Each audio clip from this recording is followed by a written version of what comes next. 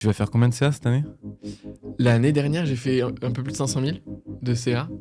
Et cette année, je sais pas, probablement 700 000, 1 million, je sais pas, dans ces eaux-là. T'es millionnaire en fait. Euh, je pense qu'au moment où sortira le podcast, j'aurai généré 1 million d'euros de chiffre d'affaires avec cette entreprise.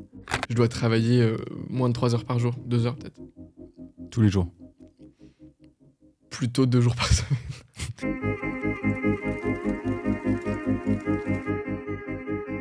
Bonjour à tous et bienvenue dans ce nouvel épisode des Rois du Scale. Aujourd'hui, j'ai l'honneur d'accueillir Elliot Meunier. Salut Thibaut. La forme? De ouf. Je suis trop pressé d'avoir tes questions. Ouais. T'as mis un petit piercing depuis la dernière fois, non? Ça, c'est le look Cape Town. À un moment, je me suis fait une coupe de cheveux, je me suis dit, putain, faut que j'ai le look complet avec le piercing là. Ouais. Mais ça passe pas à l'aéroport, ça. En business, ils te font passer sur le côté. Tu voyages en business? Non, même pas. Dis la vérité. Non, vraiment pas. Faut voir un peu à quoi ressemble la vie chez les gueux, quoi. Mais en train, tu voyages en première ou en deuxième? Si la différence de prix est trop élevée, je voyage en seconde, quoi. Ah ouais, ok. Ah oui, donc tu te traites pas toujours comme Beyoncé, quoi. Non, moi je suis assez modeste.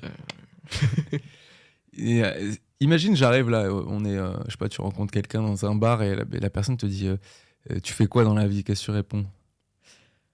La plupart du temps, j'ai pas envie de m'ennuyer et je réponds juste je suis youtubeur. Mais ma réponse complète, ce serait je suis créateur de contenu et j'explore ma créativité, que ce soit intellectuelle, par des voyages, des expériences, et je documente toutes ces expériences-là dans des contenus. Et à côté, je gagne ma vie grâce à mon entreprise Atomic Thinking, dans laquelle j'apprends aux gens comment prendre des notes et s'organiser. Alors, t'as une entreprise où t'apprends aux gens à s'organiser. C'est pour qui ça? Alors j'ai plusieurs cibles. Tu vas avoir les créateurs de contenu, les entrepreneurs, les cadres, les passionnés de la connaissance, les curieux et les étudiants. Ok, mais tu leur fais quoi? Ils t'appellent et ils te payent à l'heure, c'est ça?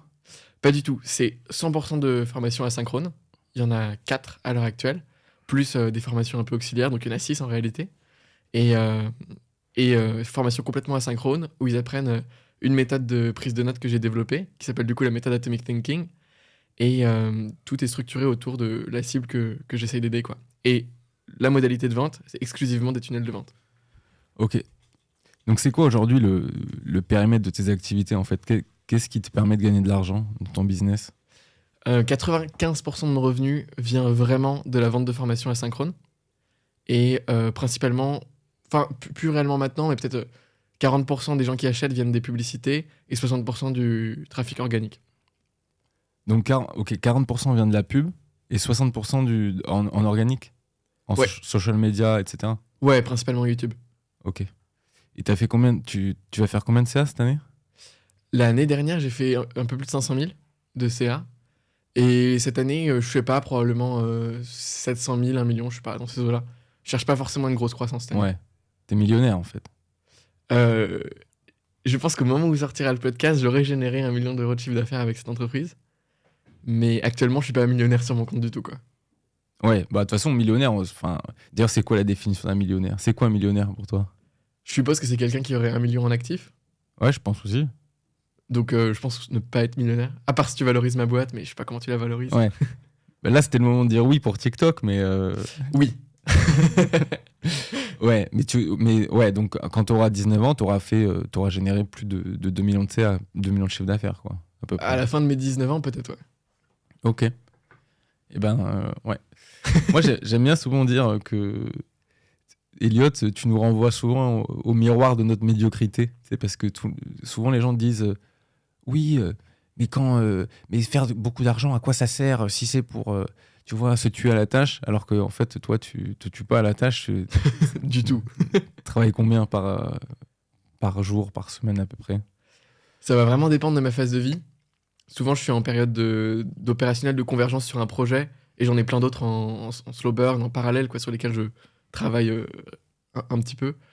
Je dirais que là, j'ai passé 5 mois en Afrique du Sud. Si je fais la moyenne sur les 5 derniers mois, je dois travailler moins de 3 heures par jour, 2 heures peut-être. Tous les jours. Plutôt 2 jours par semaine. Ouais. Ok, donc en fait, tu travailles à peu près 2 jours par semaine, 2-3 heures par jour, et tu es en route vers 1 million de chiffre d'affaires seul ou t'as des employés? Je suis seul. Je travaille juste avec une boîte qui gère tous les budgets pub. Parce que Mm. c'est des trucs que j'ai pas envie de gérer. J'ai un monteur en freelance et une assistante pareil en freelance. Donc plutôt seul, ouais. Et enfin, comment j'arrive à avoir ce chiffre d'affaires par rapport à 0 temps de travail? C'est principalement parce que j'ai mis en place des effets de levier qui sont en fait les tunnels de vente qui me permettent de vendre en automatique et du coup de pas avoir à travailler pour faire du chiffre d'affaires, mais travailler pour améliorer mes concepts, mes formations, etc., quoi. Donc du coup, c'est pas le même type de travail. Ok. Écoute, je te propose de te poser quelques questions. Je vais te donner des citations et tu vas me dire à quel point tu es d'accord de 0 à 10, d'accord? Ok. Alors, la première, nous avons dans notre pays la pire des offenses, le premier milliardaire du monde. Oui, les riches sont responsables du malheur des pauvres. Accumuler de l'argent est immoral puisque ce qui est accumulé, c'est ce qu'on a pris aux autres. Euh, je vais réfléchir à vote et ensuite je dirai si je suis d'accord ou pas. Vas-y. Parce que c'est une citation complexe. Euh, Je te la relis si tu veux, hein. Vas-y, peut-être une fois. Ouais. Nous avons dans notre pays la pire des offenses, le premier milliardaire du monde. Mais tu sais quoi? Ce que je te propose, c'est que en fait, je vais te la faire en 3 fois. Nous avons dans notre pays la pire des offenses, le premier milliardaire du monde. T'es d'accord ou pas? En fait, disons que j'ai pas trop envie d'avoir un avis sur ces questions, tu vois. Dans le sens où je. Actuellement, je suis beaucoup dans le yoga, etc. Et je suis beaucoup dans le truc de pas réagir à quoi que ce soit, tu vois. Et, et plus je fais ça, mieux ma vie se porte, tu vois. J'essaie de pas avoir d'avis, pas m'attacher à ce que les gens me disent, pas réagir. Et je dirais que sur ce sujet-là, ce serait un peu mon avis aussi, quoi. C'est-à-dire que j'ai pas assez de carte de compréhension du monde et je pense pas que mes valeurs doivent s'appliquer à tout le monde. Donc j'ai l'impression que j'ai pas d'avis sur cette question, tu vois. Ok. Après, je pense qu'effectivement, quand t'as plus de, je sais pas, 200 000 euros sur ton compte, probablement que les euros qui rentrent en plus dans ton compte feraient bien plus de bien à l'humanité si tu les donnais que si tu les gardais, tu vois. Donc dans ce sens-là, peut-être que ce serait plus généreux ou je sais pas, positif de la part du milliardaire de te donner sa fortune, quoi. Ouais, donc t'as un avis quand même. Ce serait là, enfin, si j'avais plus de 200 000 euros sur mon compte en banque, mon compte courant, probablement que ouais, moi je donnerais la plupart des choses. Après, je pense que c'est bien qu'il y ait qu'il y ait des milliardaires. Et je pense que Ouais, mais les riches, ils ont pas 200 000 euros sur le compte courant, ils investissent. bah, les très très riches, ils ont largement 200 000 euros sur leur compte courant, mais ouais. Ah, bah je sais pas. Ouais. Ok. Euh, Oui, les riches sont responsables du malheur des pauvres. Non, je pense pas. Donc, ah, Je pense que déjà, faut décorréler, faut décorréler plaisir, conditions matérielles, conditions de vie et bonheur. C'est deux notions qui n'ont rien à voir pour moi, tu vois. C'est-à-dire que moi, je suis à fond dans la philosophie bouddhique et la philosophie bouddhiste, elle te dit que tu es entièrement responsable de ton bonheur et de ta condition, en fait. C'est-à-dire que tu contrôles pas nécessairement les conditions matérielles dans lesquelles tu nais, dans lesquelles tu évolues et ce qui va t'arriver dans ta vie, mais tu contrôles toujours ta réaction vis-à-vis de ces dernières. Et donc, du coup, le bonheur, en fait, c'est juste apprendre à calmer les fluctuations de son esprit et apprendre à être plus dans un état d'observation, d'équanimité, on dit, plutôt que de réagir à tout, tu vois. Donc, je pense que non, personne n'est responsable du bonheur ou du malheur de quelqu'un d'autre, tu vois. c'est quoi l'équanimité? L'équanimité, c'est justement le fait euh, d'observer dans un calme, sans fluctuation, au lieu de réagir à tout par soit du désir, soit de l'aversion, soit tout ça. Donc, c'est vraiment. Si tu vois, un moine bouddhiste, on pourrait dire qu'il est dans une équanimité totale, tu vois. Il réagit à rien, il est calme. Ok. Si je te dis 3 bonnes décisions dans l'année suffisent. Moi, j'aime bien le truc des effets accumulés et de prendre d'être 1% meilleur chaque jour, quoi. Donc, je dirais que non. 3 bonnes décisions dans la seconde suffisent. Ok. Le but d'être riche, c'est d'avoir de la fuck you money. Euh, En grosse partie, ouais, plutôt. Ouais. Tu veux pas mettre de notes sur 10 au final. T'aimes pas mon jeu. Non, j'aime pas avoir des amis qui font. Je suis désolé, je vais pas te faire buzzer sur TikTok. Mais ouais, plutôt, ouais. Je suis d'accord. Jusqu'à un certain point, c'est assez vrai. Parce qu'au au final, toi, t'as jamais fait de stage, t'as jamais bossé pour quelqu'un. Jamais. Ouais. Non, mais oui, T'es un carrément. peu la définition de la fuck you money, toi, au final. Bah oui, mais c'est ça qui m'a permis de quitter le lycée. Parce que j'ai pas fait ma terminale, j'ai passé le bac en candidat libre et je suis parti au Sri Lanka avec toi. Ouais. Alors que je vais être en cours de maths. Donc ouais, carrément. Moi, enfin, mon premier drive entrepreneurial de mes 12 à mes, je sais pas, 17, 18 ans, c'était clairement l'argent, tu vois, pour avoir cette fuck you money, pour dire, bah maintenant, j'incarne à 100% ma philosophie de vie, quoi. Et j'arrête de suivre ce qu'on m'a dit de faire depuis que je suis né, quoi. Donc oui, complètement. Mais maintenant que je laisse cette fuck you money, je dirais que mon drive, c'est plus l'argent et du coup, j'ai un peu changé. Mais je dirais que oui. Mais tu penses que t'as assez de fuck you money, là? Disons que, ouais.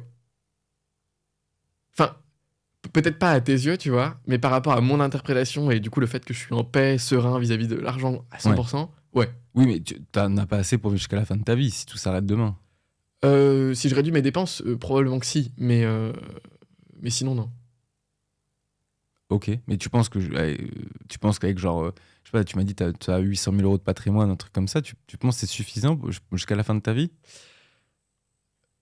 Moi, depuis que je suis tout petit, j'adore regarder les vidéos lifestyle sur YouTube, mais pas les trucs des entrepreneurs ou des millionnaires, des vidéos de mecs qui vivent dans des tiny houses, qui dépensent 300 euros par mois, tu vois, des Rexivers qui dépensent 400 euros par mois, des gens comme ça, tu vois, et c'est ça qui m'inspire, moi. C'est une sobriété où tu es dans la nature, où tu es juste bien, tu vois. Donc, si demain, je me disais, j'ai envie de tester cette vie-là, tu vois, de plus jamais travailler, et ben dans ce cas-là, je pense que ouais, je pourrais vivre pour 300 euros par mois. J'ai des amis qui le font et ça se fait bien, tu vois. Il y a plein de chaînes YouTube qui le décrivent, en tiny house en particulier. Et, euh, et ouais, 300 euros par mois, si j'investissais tout en bourse, en dividende, je pourrais facilement avoir ça en dividende. D'accord, ouais. Oui, il faudrait que t'investisses, ouais. Et, ok. Et comment tu fais des Rexivers si tu vis avec 300 euros par mois? Comment on fait pour vivre avec 300 euros par mois? Euh, Moi, il y a une chaîne YouTube qui m'inspire beaucoup. Je t'enverrai le lien, je me rappelle plus du nom de la chaîne. Mais, enfin, Derek Sivers, à l'époque, il était dans une banlieue de New York, je crois. Et ouais, il était dans une coloc avec, je sais pas, 3-4 personnes. Du coup, il avait quasi pas de loyer. Euh, il se nourrissait relativement mal, quoi. Et il avait capté que en allant 3 fois par mois faire des spectacles je sais plus ce qu'il faisait, mais de la magie, des marionnettes, je sais plus son. Non, il jouait de la musique, je crois. En jouant 3 fois de la musique par mois dans des bars, il arrivait à obtenir la somme qu'il lui fallait pour vivre dans un mois. Et là, il s'est dit, bah, c'est bon, je suis émancipé du système, quoi. Et du coup, il est parti parce qu'il savait qu'il pouvait réduire ses dépenses, quoi. Et maintenant, moi, celui qui m'inspire le plus, c'est un mec sur YouTube qui a acheté sa tiny house. Donc, il avait un petit investissement initial, tu vois. Mais pour 40 000 euros, tu peux acheter une tiny house. Et, euh, et ensuite, il vit dedans et il a 300 euros par mois de dépenses fixes. Donc, enfin, même si j'arrêtais tout demain, j'aurais encore. Si tu veux, aujourd'hui, je fais du coaching à 400 euros de l'heure. Je sais pas, je pourrais avoir 6-7 heures de demande de coaching par mois, tu vois. Donc, rien qu'avec ça, Donc, ouais, j'estime qu'en fait, je suis super serein parce que j'ai, j'ai vraiment construit une audience de super fans et qui achètent plus ou moins quoi que je fasse, quoi. Et si je voulais faire du coaching demain, n'importe quoi, arrêter mes produits, je pourrais complètement vivre de ça, quoi. Donc, je me sens super serein, en tout cas. Hmm. Tu vends ton coaching à 400 euros de l'heure quand tu vends, c'est ça? Ouais, à peu près. Ok. Et qui achète? Mon offre de coaching, en fait, c'est pas du coaching, c'est plus un conseil stratégique one shot, un peu comme toi tu fais pour les posts LinkedIn. Bah moi, c'est pareil. En gros, 1h15, ils viennent avec une problématique et à la fin, ils repartent avec une vision stratégique et une roadmap pour y parvenir. Donc, c'est principalement des entrepreneurs ou des porteurs de projets. Et c'est quoi leur problématique qu'ils cherchent à résoudre avec toi? Avoir mon avis sur la manière de faire les choses, quoi, en gros. Souvent. Genre, ils veulent lancer un nouveau pan de leur business ou ils veulent faire tel truc. Ils me demandent mon avis et comment est-ce que je m'y prendrais, quel levier j'utiliserais. Et ensuite, du coup, la roadmap que moi, j'emploierais pour y parvenir, quoi. Ok. Bah écoute, maintenant que tu es là, je vais te cuisiner. Alors je vais te parler de mon business. On va voir comment tu vas gérer mes problématiques, ok? Ok. Alors, actuellement, j'ai plusieurs pans de business. Premier pan, c'est du ghostwriting. Donc je fais du ghostwriting à l'heure. Ok. Le canal d'acquisition, c'est LinkedIn, principalement, ou la newsletter. Et les gens viennent, tu vois, des patrons. Sauf que ça, j'ai envie de réduire. Parce que je vends mon temps à l'heure et j'ai pas envie, tu vois, je le vends, je pas, tu vois, 500 € de l'heure à peu près, tu vois, des petits packaging. Ensuite, j'ai lancé un bootcamp tous les 3 mois à peu près sur, tu vois, Solo Media. Donc, j'accompagne souvent des solopreneurs ou des entrepreneurs à créer du média. Ça, c'est le deuxième pan. Troisième pan, j'ai la formation en ligne avec Maud, tu vois, le manuel LinkedIn. Je fais quelques posts d'influence de temps en temps. Et bah, pour l'instant, c'est tout ce que j'ai fait l'an dernier. Là, je réfléchis à lancer des conférences en ligne au ticket. Ok. Tu vois, comme fait Dicky Bush, tu vois, ou comme a fait quelques-unes Oussama Hamar, ou tu vois, David Perel, des gens comme ça. Donc, conférence en ligne au ticket. Donc, ça, je vais le lancer. Et je réfléchis. Voilà. Et après, tu vois, qu'est-ce que je peux faire de plus? Qu'est-ce que je peux faire de mieux? Si tu devais auditer, Ouais. qu'est-ce que tu me dirais? Je te demanderais déjà quelle est la valeur ajoutée concrète pour les gens qui suivent le bootcamp, que ce soit un bootcamp synchrone plutôt qu'une formation en ligne asynchrone. La communauté, je pense que c'est le plus gros levier. En fait, ce que les gens kiffent le plus, ils viennent pas forcément pour ça, mais c'est l'émulation de groupe, en fait, tu vois. Et qu'est-ce qui t'empêcherait de faire une communauté à valeur ajoutée similaire, mais en asynchrone, où t'as des gens qui achètent tous les jours? C'est-à-dire? Bah, c'est-à-dire que moi, par exemple, je vends mes formations en asynchrone, mais j'ai une communauté dans laquelle il y a, je sais pas, il doit y avoir 500 personnes. Il y a une centaine de messages, enfin peut-être pas une centaine, peut-être plutôt une trentaine de messages tous les jours, tu vois. Et des gens qui parlent, et qui s'entraident, qui se voient en vrai, qui se parlent et tout. Je pense que ma communauté, elle est au niveau 1, tu vois, elle pourrait être structurée beaucoup plus loin. Je sais que Thomas Burbidge, il a une communauté de ouf, tu vois.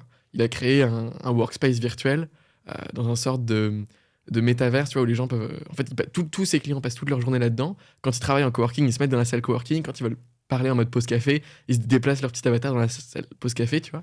Et ça crée une communauté de ouf.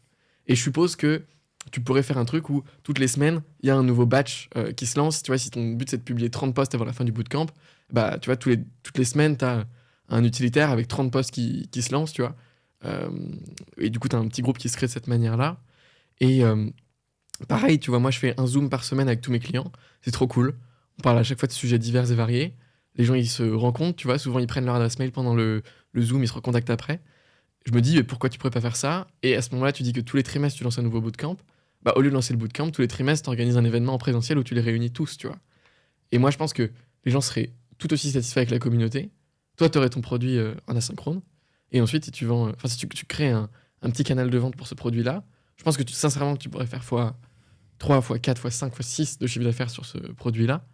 Et ton temps serait plus corrélé à ce bootcamp-là.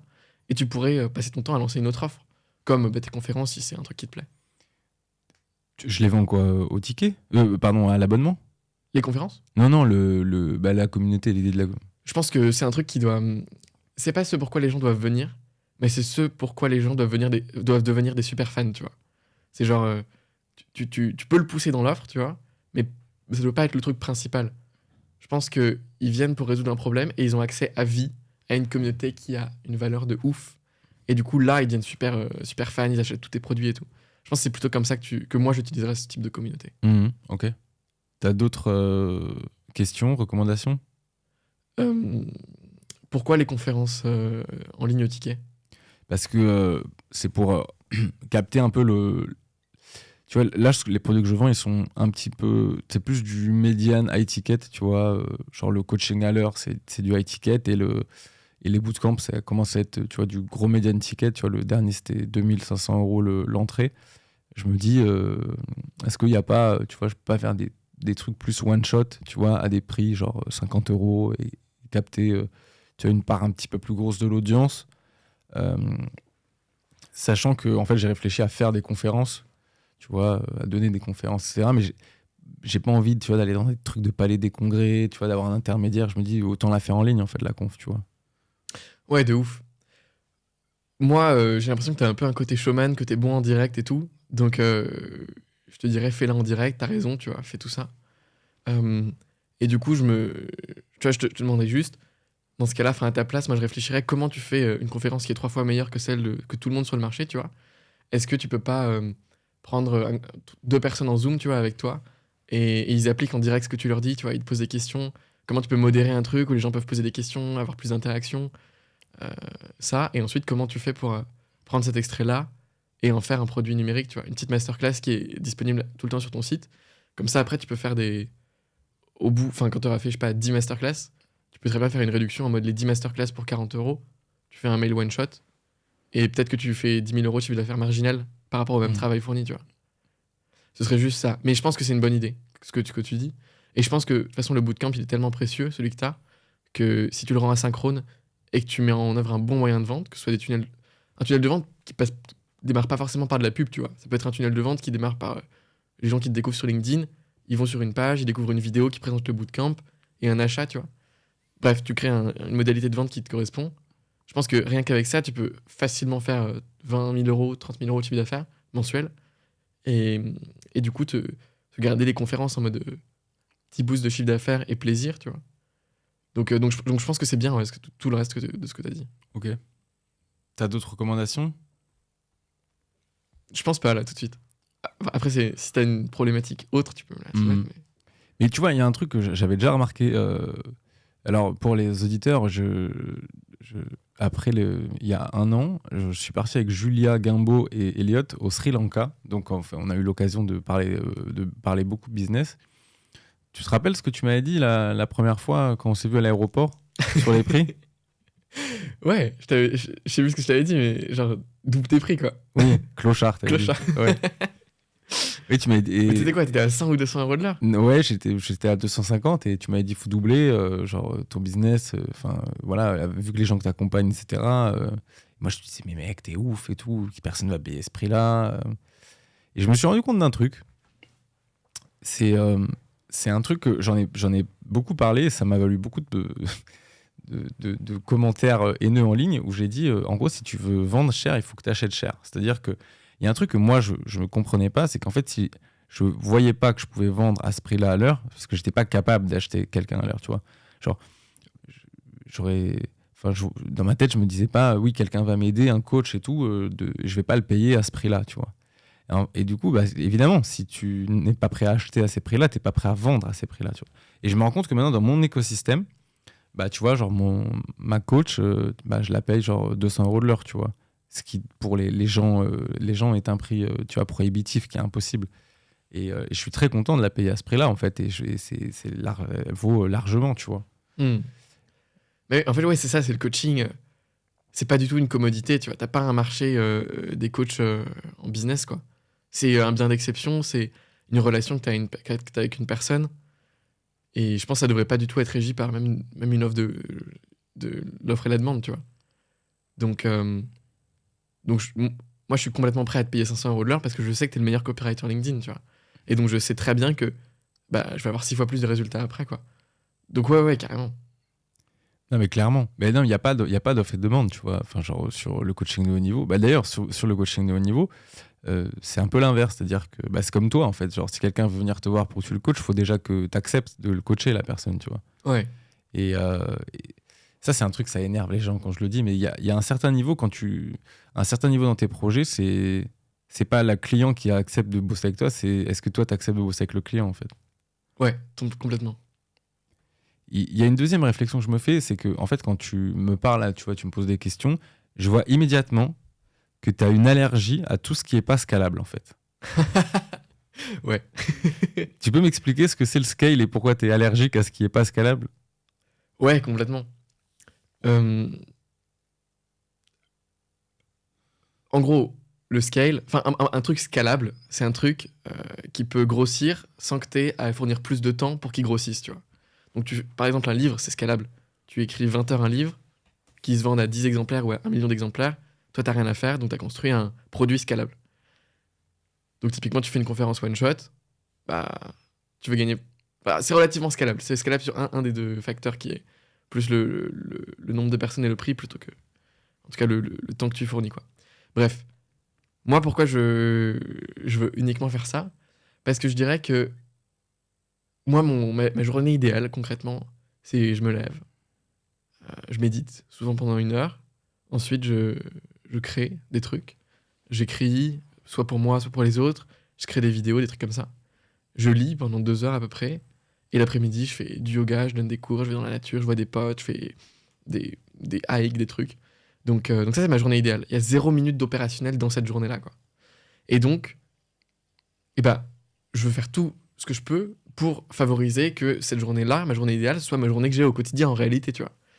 Et donc, partant de ce constat-là, j'essaye que toutes mes modalités de vente soient entièrement scalables. C'est pour ça que j'ai que des formations en ligne asynchrones.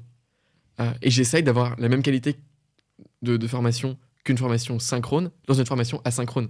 Et du coup, j'ai réfléchi à plein de processus, que ce soit la communauté, les lives hebdomadaires, les trucs, pour que les gens se sentent quand même dans une communauté reconnue, connue, considérée, etc., quoi.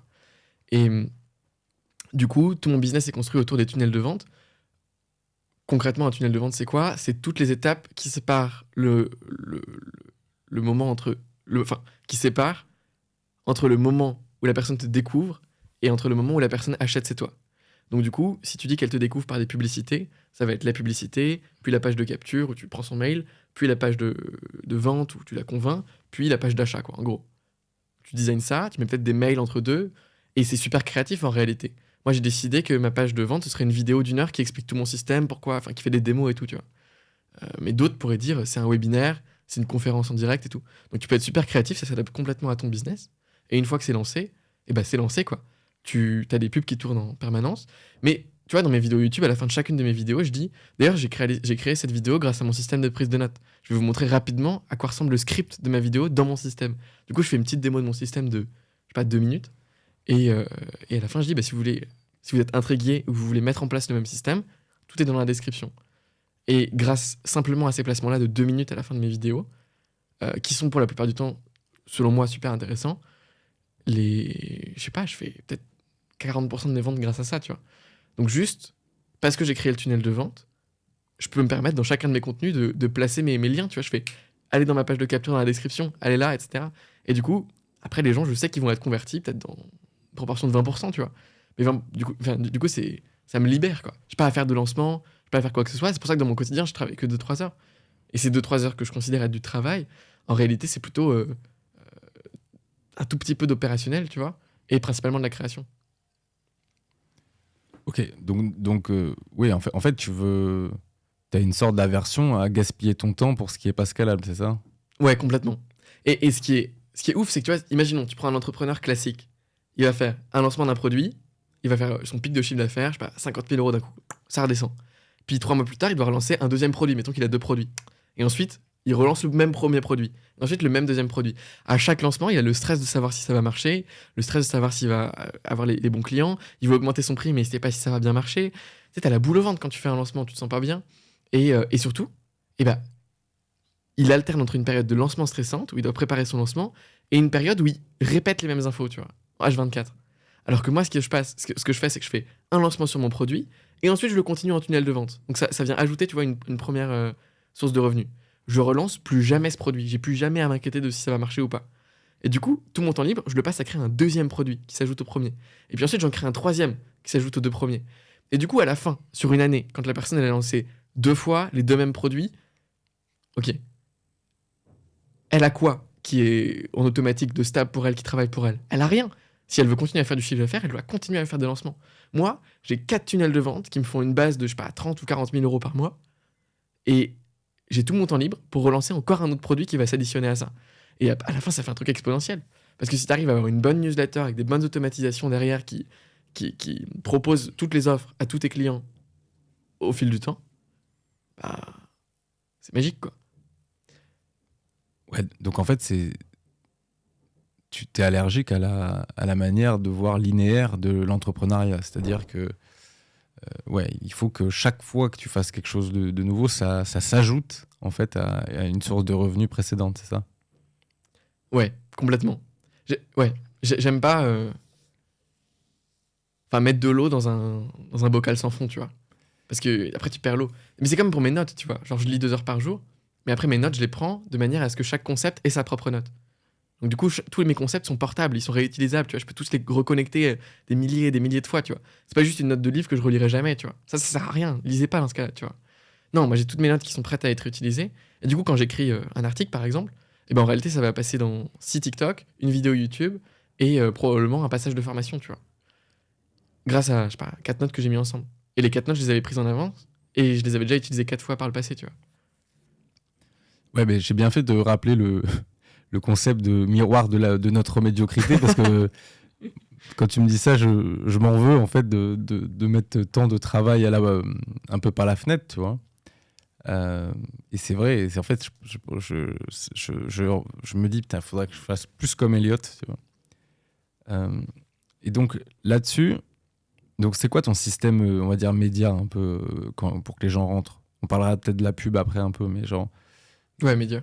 Donc c'est quoi? T'as YouTube, TikTok? Mon canal principal, c'est vraiment YouTube. C'est là où les gens me suivent, c'est là où j'ai fait toute ma croissance et c'est là où j'aime poster des vidéos. Donc, YouTube en priorité. Mon process de création pour YouTube, c'est plus ou moins. En gros, je prends 2 jours et en 2 jours, j'ai du contenu pour 2 mois. Et je publie une vidéo de 20-30 minutes tous les samedis. En gros, je choisis mes sujets, j'écris les scripts. Moi, c'est juste des bullet points. Et puis, j'ai mon système de prise de notes, donc ça va super vite. Donc, en gros, 20 minutes, j'ai le script d'une vidéo de 20 minutes. Ensuite, je la tourne. J'en tourne 4 d'affilée, tu vois. Donc, j'en tourne 4 le jour où j'écris les scripts et 4 le jour d'après. Et ensuite, j'envoie à mon assistante monteur et ils s'organisent entre eux. Mon assistante, elle dit quand est-ce que les vidéos vont être publiées et elle demande à mon monteur de faire les montages au bon moment, quoi. Elle fait les reviews, elle s'assure qu'il n'y ait pas de faute et tout. Et moi, je sais même plus ce qui se passe pour les vidéos une fois que je les ai tournées, quoi. Donc ça, c'est vraiment bien. Du coup, pareil, 2 jours et j'ai du contenu pour 2 mois. Donc toutes mes journées sont libres et j'ai du temps pour faire d'autres trucs. Et ensuite, là, actuellement, je poste 3 TikTok, enfin 3 Reels, short TikTok par semaine.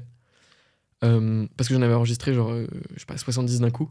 Donc j'avais du contenu pour 6 mois en gros de short. Mais ça me plaît pas.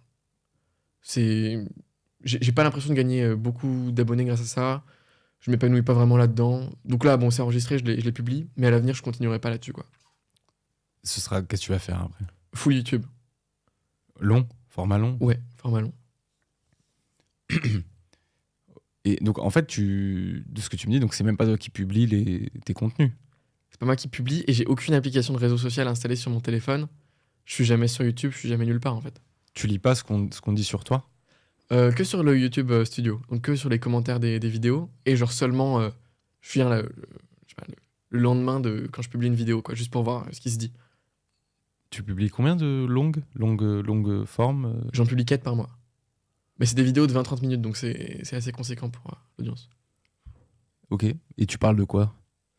Justement, ça dépend. Concrètement, moi sur mes réseaux, je documente vraiment ma créativité et ma curiosité. Et donc là, si tu veux que je te dise mes 4 dernières vidéos, c'en est une sur une retraite de méditation que j'ai fait, qui s'appelle Vipassana. Donc pendant 10 jours, j'ai médité 11 heures par jour. C'est une retraite silencieuse où tu parles à personne, tu regardes personne dans les yeux. Donc ça, c'était une expérience importante pour moi. Du coup, je me suis dit, je vais la documenter. Une vidéo sur les effets de levier, justement, où je parle de plus ou moins ce que je viens de parler juste avant. Et une vidéo sur... je sais plus, j'ai oublié. Et une autre sur mes réflexions sur l'argent. Donc, ouais, je parle de ce que l'argent représente pour moi et voilà. Et celle-ci, elle a pas plu. Pourquoi? Qu'est-ce que tu as dit dedans? Parce que je parle de ma vision de l'argent d'un point de vue de comment l'argent m'inspire, comment je décidais, enfin, quelle place j'ai décidé qu'il prenne dans ma vie et comment moi je perçois ce que c'est que l'argent. Et les gens ont eu la tendance naturelle à dire ouais, mais tu sais, l'économie ça marche pas comme ça, il y a des gens qui sont dans l'économie réelle, qui est pas scalable, nanana, etc. J'étais là, ouais, mais c'est pas ce que j'ai dit, tu vois. Si je voulais faire une vidéo sur l'économie, j'aurais fait probablement une série de 10 vidéos d'1 heure en faisant intervenir des experts, etc. C'était pas le but, tu vois.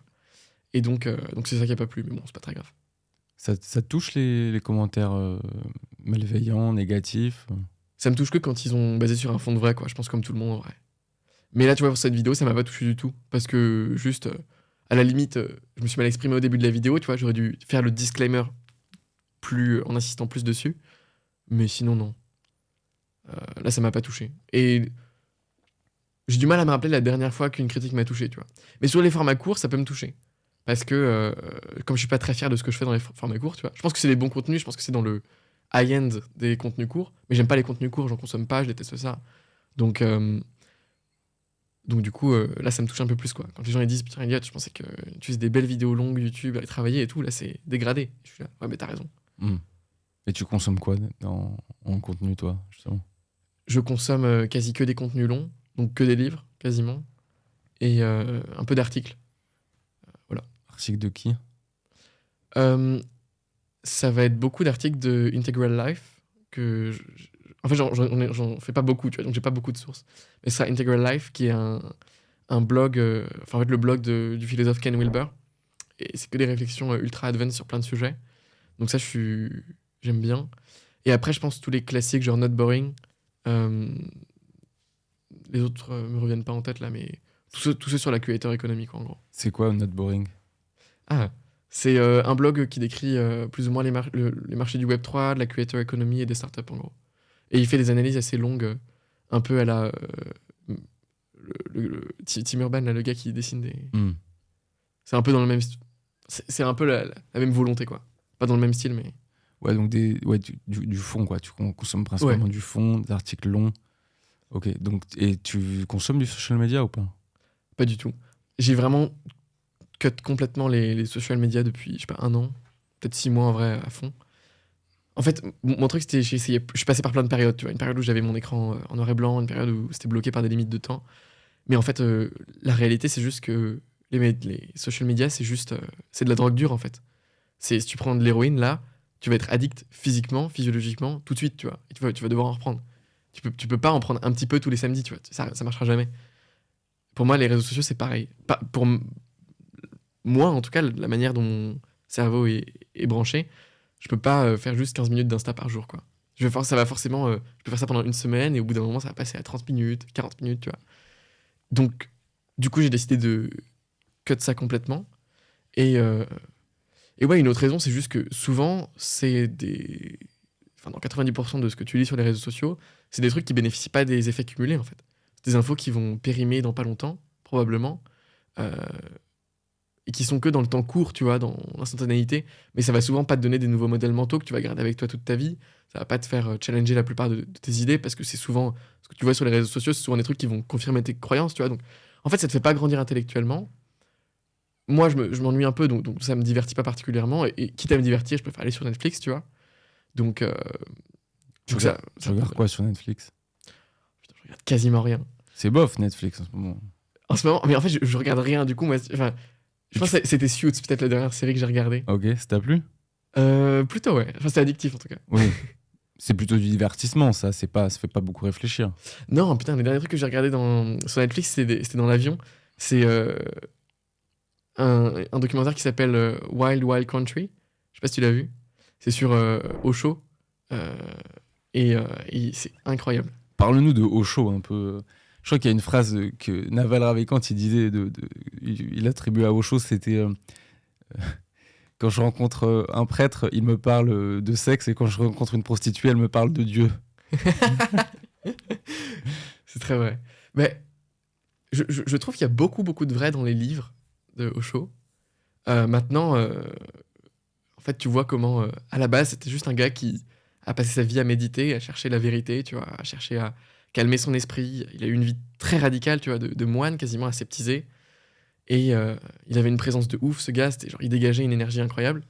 Et donc, il a réussi à fédérer une communauté petit à petit autour de lui pour transmettre un peu ses méthodes. Tu vois, il y avait beaucoup de danse extatique, de méditation, de yoga. Enfin, il combinait pas mal de choses. Et une philosophie de vie, en fait. Et du coup, les gens sont venus avec lui. Et à un moment, il s'est fait quasiment expulser de l'Inde. Du coup, il est parti dans une région qui me revient pas là, mais aux États-Unis. À Mulhouse. À Mulhouse, on va dire, aux États-Unis, du coup.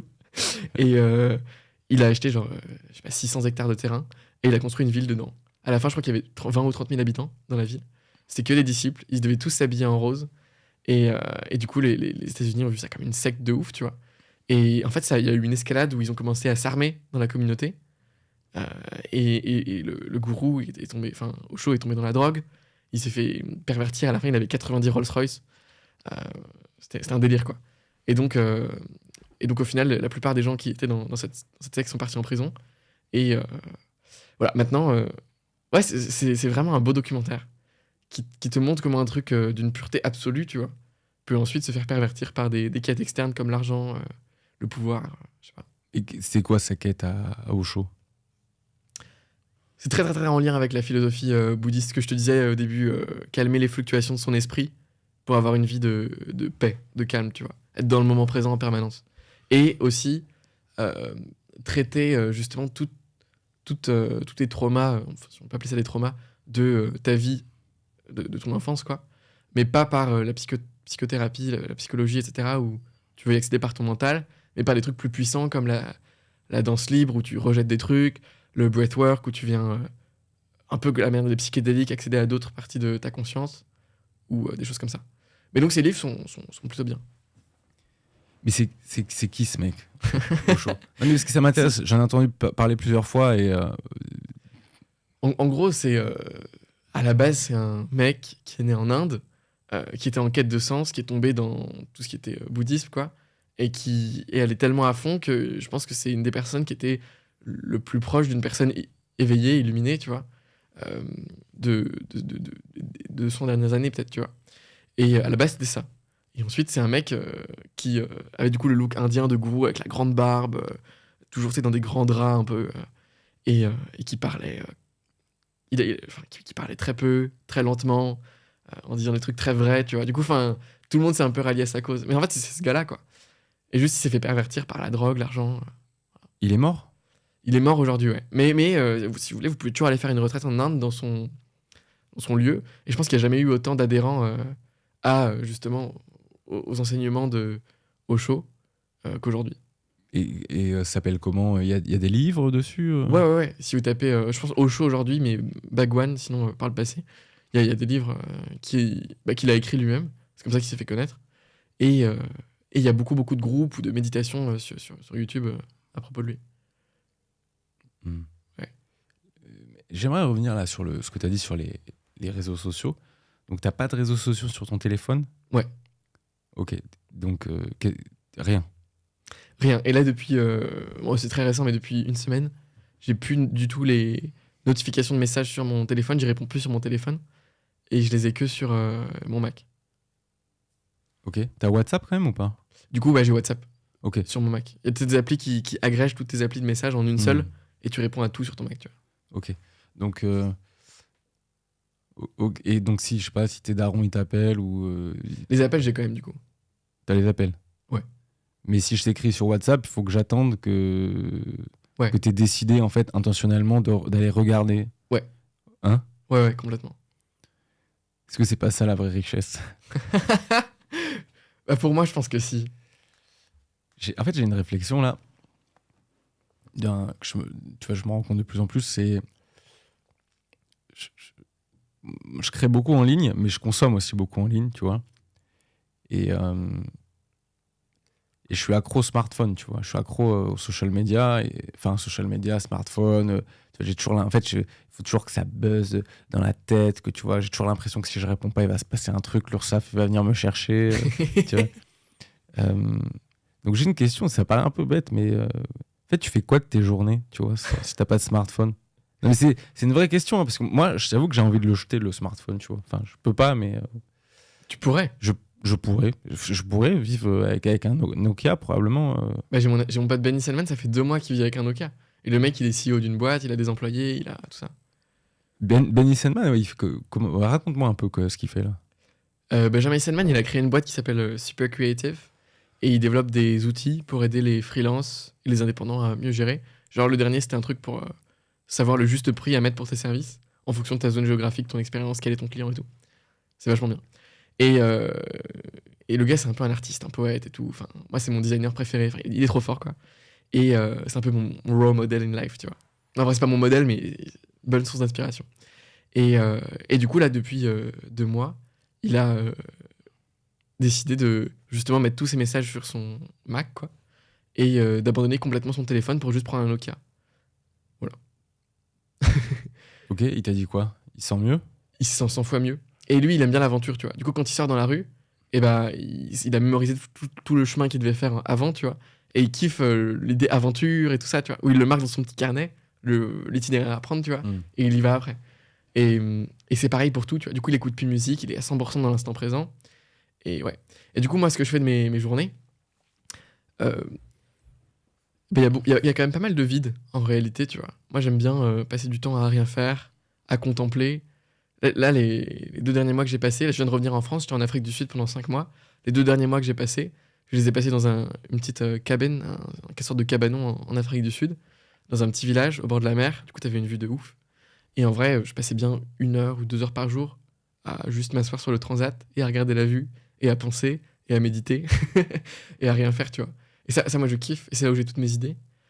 Et donc du coup, il y a beaucoup de vide. Mais sinon, non, bah, une journée type, c'est ouais, ça, je me lève vers 6-7 heures.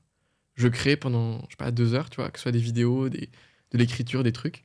Euh, Actuellement, je lance un nouveau projet qui s'appelle Atomic Flow sur la danse. Donc, je crée des séances d'Atomic Flow.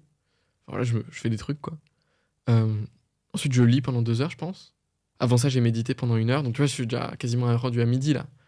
Et après l'après-midi, bah, c'est beaucoup plus libre, tu vois. Soit j'ai de l'opérationnel à faire, soit j'ai envie de recréer.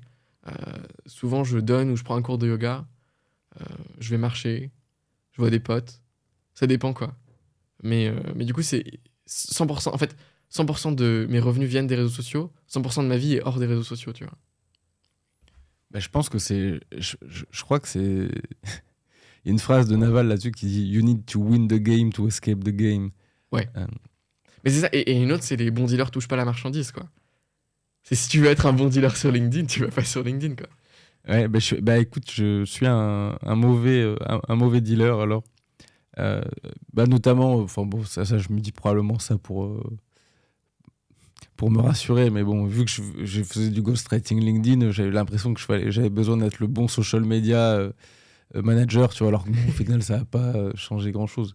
Mais je pense que c'est une bonne réflexion, en fait, c'est créer, et créer à l'infini et s'effacer, en fait, soi-même de l'addiction des réseaux sociaux, en fait. D'être que créateur, et Ouais. pas...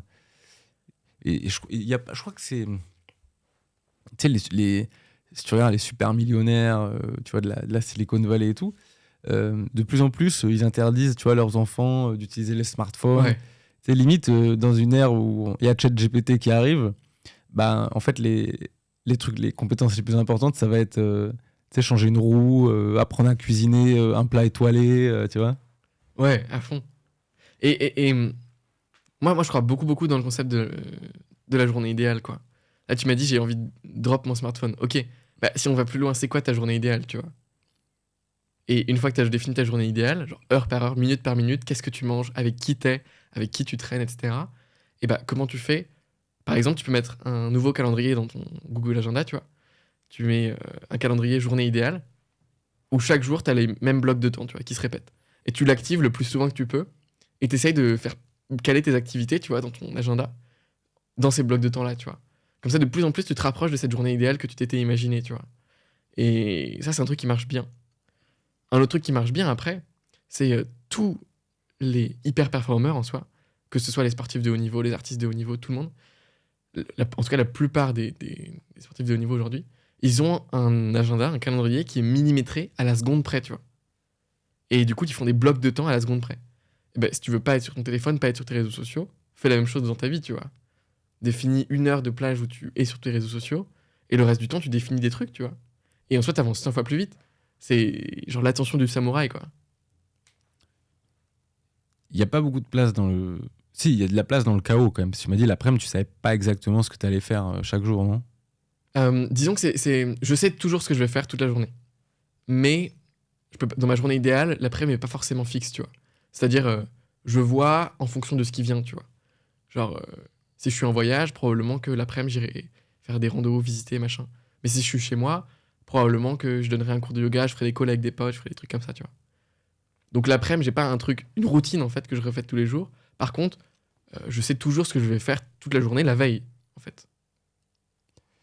Tu vois, quand tu m'as donné un peu ta journée idéale, moi, je peux dire que j'ai eu un peu d'anxiété qui est montée, mais tu sais, les gens, ils doivent beaucoup se remplir, tu vois, la journée avec plein de trucs, parce que sinon, ils ont l'impression qu'ils vont rien faire, que, tu vois, ils vont passer à côté de leur journée.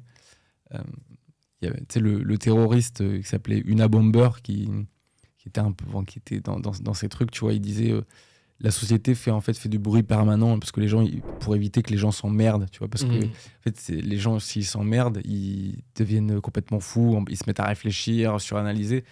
Et il y a une expérience, tu sais, où en gros, je crois que 6 personnes sur 10 préfèrent se prendre une décharge électrique plutôt que, que ne pas regarder leur smartphone pendant 30 minutes, tu vois. Tu sais, les gens, ils n'arrivent même pas à rester 30 minutes sur une chaise, juste avec leurs propres pensées. Et en fait, quand toi, tu me dis, tu vois, par exemple, Vipassana, quand tu me dis que tu as fait Vipassana, genre méditer 11 heures par jour, genre moi, je me dis, mais genre la torture, tu vois. Genre, en fait, je suis devenu un humain malade, je crois, tu vois, de cette société. Tu vois, de cette hyperconnectivité, de toujours devoir faire des trucs. Et tu vois, et mon corps repousse, tu vois, toutes les villes. Dès que je suis en milieu urbain, je sais pas, j'ai mal je me dis, partir, tu vois, faire autre chose. Je crois que je suis devenu un humain malade, en fait. Probablement que je devrais devenir Vipassana. Mais d'un autre côté, ce truc-là de méditer, de laisser passer le temps, tu vois, de manière longue, me fait aussi, m'inquiète aussi un peu, tu vois. Tu peux commencer par un entre-deux, peut-être. Genre, tu te loues un Airbnb proche de la mer et tu passes, je sais pas, 2 semaines, un mois dedans. Ton goal, c'est tu mets un répondeur automatique sur WhatsApp qui répond à tout le monde. Je suis en retraite, je vous répondrai dans 2 mois. Et, et tu organises tes journées comme tu veux, tu vois. Ça peut être créer un nouveau produit. Enfin, tu te mets quand même des projets, tu fais quand même des trucs tout le temps. Tu médites pas forcément. Mais au moins, tu vois comment tu te sens avec plus d'espace, tu vois. Mais oui, je suis convaincu que le vrai bonheur, la vraie paix, qui est pas que passagère, qui dépend pas des conditions extérieures, etc., elle s'acquiert à l'opposé des villes, à l'opposé de l'agitation, à l'opposé de tout ça. Ouais.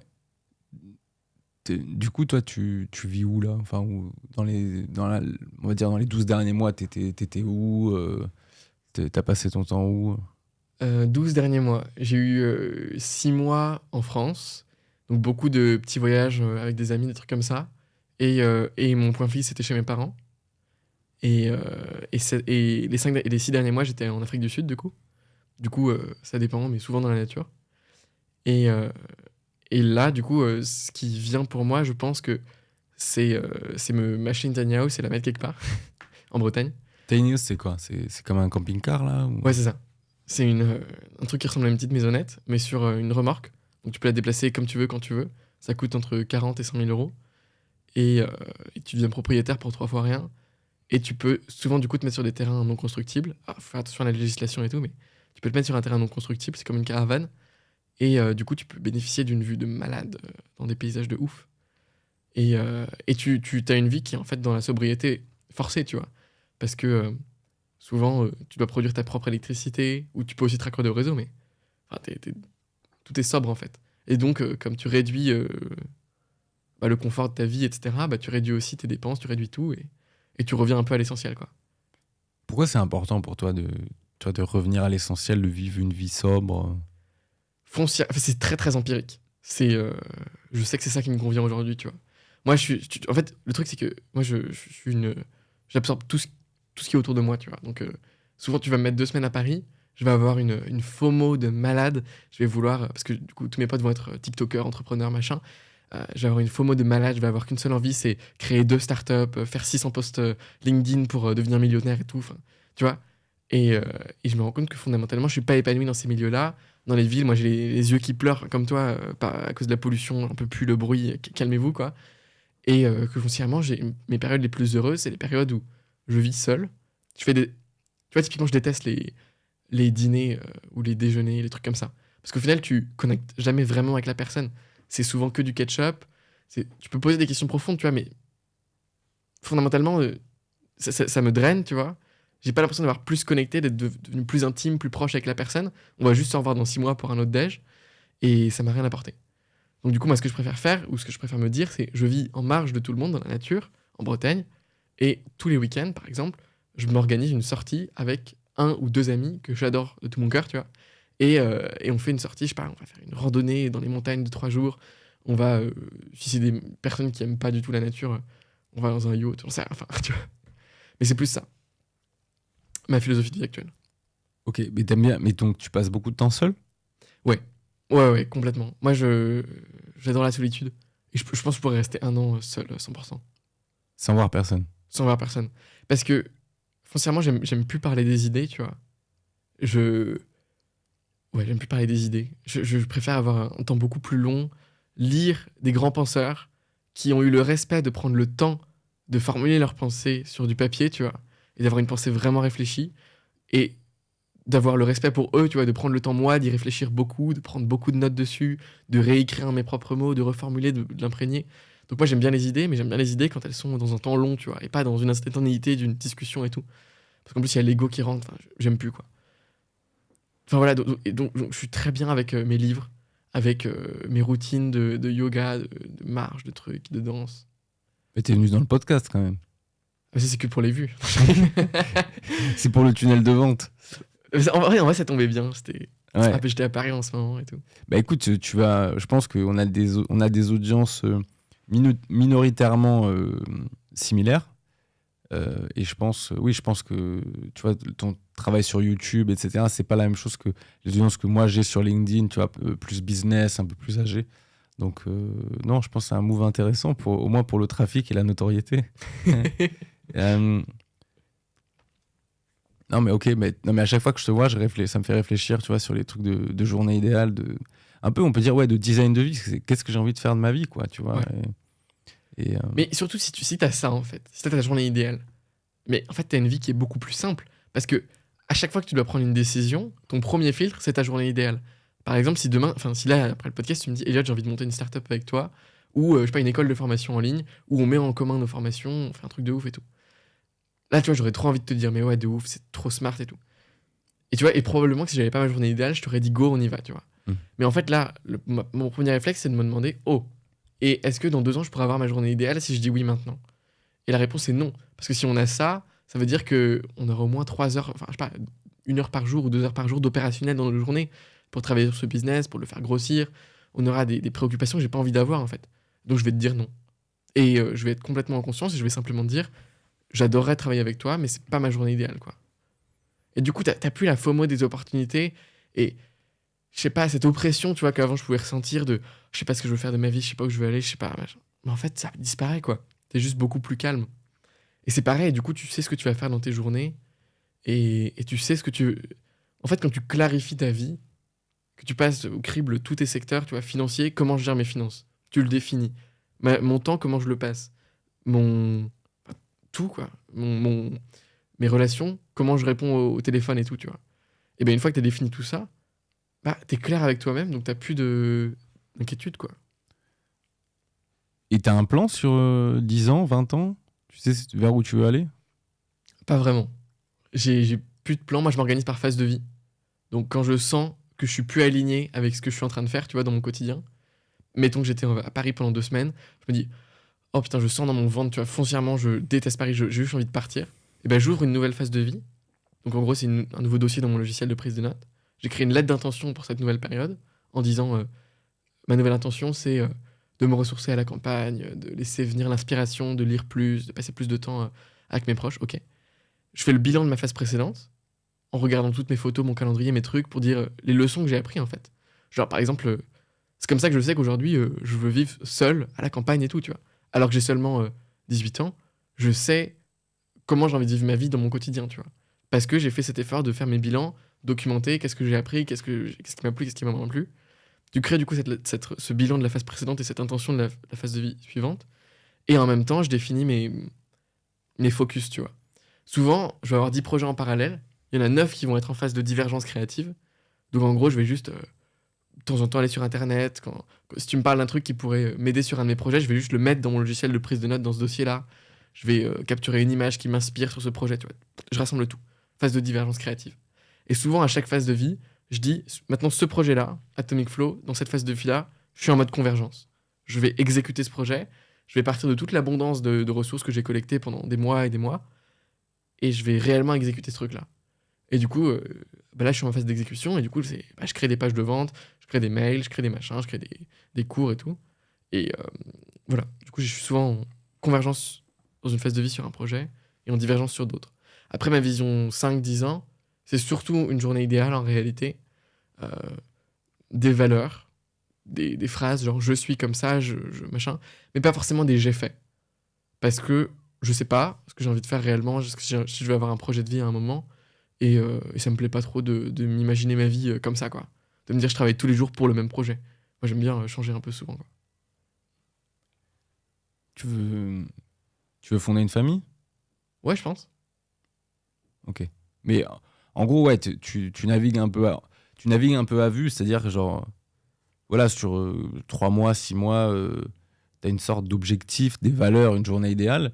Tu sais pas exactement où tu seras dans un an, mais tu sais très bien ce que tu vas faire sous 6 mois à peu près, quoi, c'est ça? Exactement. Ouais. Ok. T'es anxieux parfois ou pas? Non. Plus maintenant. Avant, oui, beaucoup. Aujourd'hui, plus du tout. Et tu penses que le social media, enfin là, réduire le social media, ça a aidé ou pas? 100%. Ouais. Ouais, ouais, complètement. Réduire le social media, réduire mes interactions sociales. En fait, à chaque fois que je vais sur LinkedIn, foncièrement, je me sens mal, tu vois. Parce que je te vois toi qui a fait 1000 j'aime sur ton post ou 4000 j'aime. Je vois Ulysse qui en a fait autant. Je vois, je sais pas, tout le monde qui dit qu'ils font plein de chiffres d'affaires. Je vois qu'il y a un nouveau mec qui s'appelle Elliot qui joue aux échecs et qui fait 600 fois plus de vues que moi quand j'étais sur LinkedIn. Et bref, et du coup, je me dis, oh putain, je me sens mal, tu vois. Genre, foncièrement, j'ai envie de faire la même chose qu'eux. Enfin, donc en fait, Ah, mais c'est de la fausse fame, ça. Nous, on fait. Enfin, je veux dire, un canal pour nous, tu vois, qui va faire qu'on va vendre notre soupe, tu vois, aussi. complètement. Non, mais je sais, tu vois. Et je sais que j'ai pas forcément envie de faire la même chose. Mais c'est l'émotion qui se dégage de ça, en tout cas pour moi, tu vois. Mais c'est quoi? C'est de l'anxiété, c'est un truc au niveau du plexus. Tu vois, j'ai commencé ma journée, j'ai lu, j'ai créé, je suis trop bien, j'ai médité et tout. Et là, paf, j'ouvre LinkedIn, et bam, pendant 1-2 heures après, je suis en mode, oh putain, je suis plus sûr de ma vie, je suis plus sûr de rien, je me sens mal, tu vois. Donc juste, je me suis dit, bah, pourquoi je m'inflige ça, quoi. Et donc effectivement, le fait de plus aller sur les social media, bah, j'ai plus ces moments-là où t'as un peu de FOMO, tu doutes de ce que tu fais. Non, là, je sais ce que je fais, quoi. Mais qu'est-ce que, en fait, t'en fiches que si Ulysse, il fait 1000 likes, enfin, ça change pas le fait, t'en feras pas moins s'il lui en fait plus. Complètement. Je suis complètement d'accord dans la théorie, tu vois. Et, et c'est pas vraiment une jalousie que je ressens ou quoi que ce soit, tu vois. Mais je sais pas, c'est plus un écœurement peut-être de ce monde-là, tu vois, de tout ça. Et un écœurement qui me renvoie peut-être à un truc que j'étais avant ou que j'ai pas encore complètement fini chez moi, tu vois, dans ma personnalité. Et donc peut-être qu'il ressort un peu à ce moment-là, tu vois. Ouais. C'est-à-dire, tu penses que, en fait, ça donne presque envie de satisfaire ton ego et de faire des posts qui font beaucoup de likes, c'est ça? Un peu, ouais. Ça me replonge dans un monde que j'aime pas, en fait, je Ah, pense. mais je comprends. Ouais, un truc où, oui, bah, oui, la fame, enfin, la fausse fame, Instagram, Ouais. montrer son queer à la plage. Et non, mais c'est vrai, bah, c'est. Parce que oui, en fait, de toute façon, c'est de la dopamine. Hein. Ouais. Même si, bah, si t'aimes pas si tu penses que les réseaux sociaux sont de la drogue dure, c'est les likes sur les réseaux sociaux, c'est la même chose c'est les mêmes réseaux neuronaux que le crack. Hein. Donc, Complètement. ok, bah, au moins, t'as l'honnêteté tu vois, de pas faire du virtue signaling et de dire que t'as une forme de, tu disais pas de jalousie, mais ouais, c'est un peu l'attraction de la fame, c'est-à-dire aller faire des soirées, aller faire les groupes de rock et tout. Et le mec se dit non, non, je suis repenti. Ouais. Ouais. T'es un repenti du social media, quoi. Je pense, ouais. À 18 ans. Ouais. Ok. Bah, ouais, ouais. Tu regardes tes audiences, le nombre de vues, le nombre de likes et tout sur ce que tu fais sur YouTube? Sur YouTube, un peu. Sur les autres plateformes, non. Et ce qui m'a aussi beaucoup changé, c'est que, du coup, comme j'ai des tunnels de vente, je peux voir au quotidien si ça marche toujours aussi bien, moins bien, mieux, tu vois. C'est pas comme un lancement, tu vois, aucune inquiétude pendant tes périodes de chill, et le lancement, t'as un petit coup de stress. Si tu fais les tunnels de vente et que tu gères mal ton émotionnel, tous les jours, t'es un peu en stress de savoir si ton tunnel de vente demain va s'écrouler et plus jamais marcher, tu vois. Ouais. Et ça, je pouvais l'avoir pendant un temps, surtout au début. Mais aujourd'hui, je regarde même plus mes chiffres, tu vois. Je regarde mes chiffres une fois par mois ou par trimestre pour faire ma compta, quoi. Ouais. Et scénario de catastrophe. YouTube te banne. Et d'un coup, je sais pas, tu t'arrives à 0 de chiffre d'affaires. Tu fais quoi? Bah, déjà, j'ai ma liste mail. Tu sais, quand te posant la question, j'y ai pensé. En plus, je me suis dit, mec, il a le backup, tu vois. Non, c'est ça, ouais, je sais pas, j'ai peut-être 45 000 personnes ou 50 000 personnes dans ma liste mail, tu vois. Donc ça c'est déjà beaucoup. Et mettons que tout mon site crash, que j'ai plus mes formations, j'ai plus rien. Je le relance hyper rapidement. Et même, je pense que je serais heureux. Parce que ça me permettrait de tout repartir, tu vois, de zéro et de refaire un truc hyper clean en fonction de ma vision actuelle, tu vois. Parce que forcément, en un an, ta vision, elle évolue un peu. Et toi, tu vends toujours les mêmes produits avec le même marketing parce que c'est des tunnels de vente qui sont automatisés. Du coup, petit à petit, chaque jour, tu as 1% de désalignement en plus, tu vois, avec la manière que tu as de vendre tes produits et tes produits. Et du coup, c'est pour ça que quand tu fais un tunnel de vente, souvent tous les ans, tu refais tes produits. Enfin, pour moi, en tout cas. Et là, tu cherches à vendre plus ou t'es bien avec le chiffre d'affaires actuel? J'ai envie de baisser le prix de mes produits et j'ai envie de les rendre plus accessibles et de les rendre plus simples. Donc je pense que il y aura plus de volume, mais moins de chiffre total parce que le prix sera plus faible.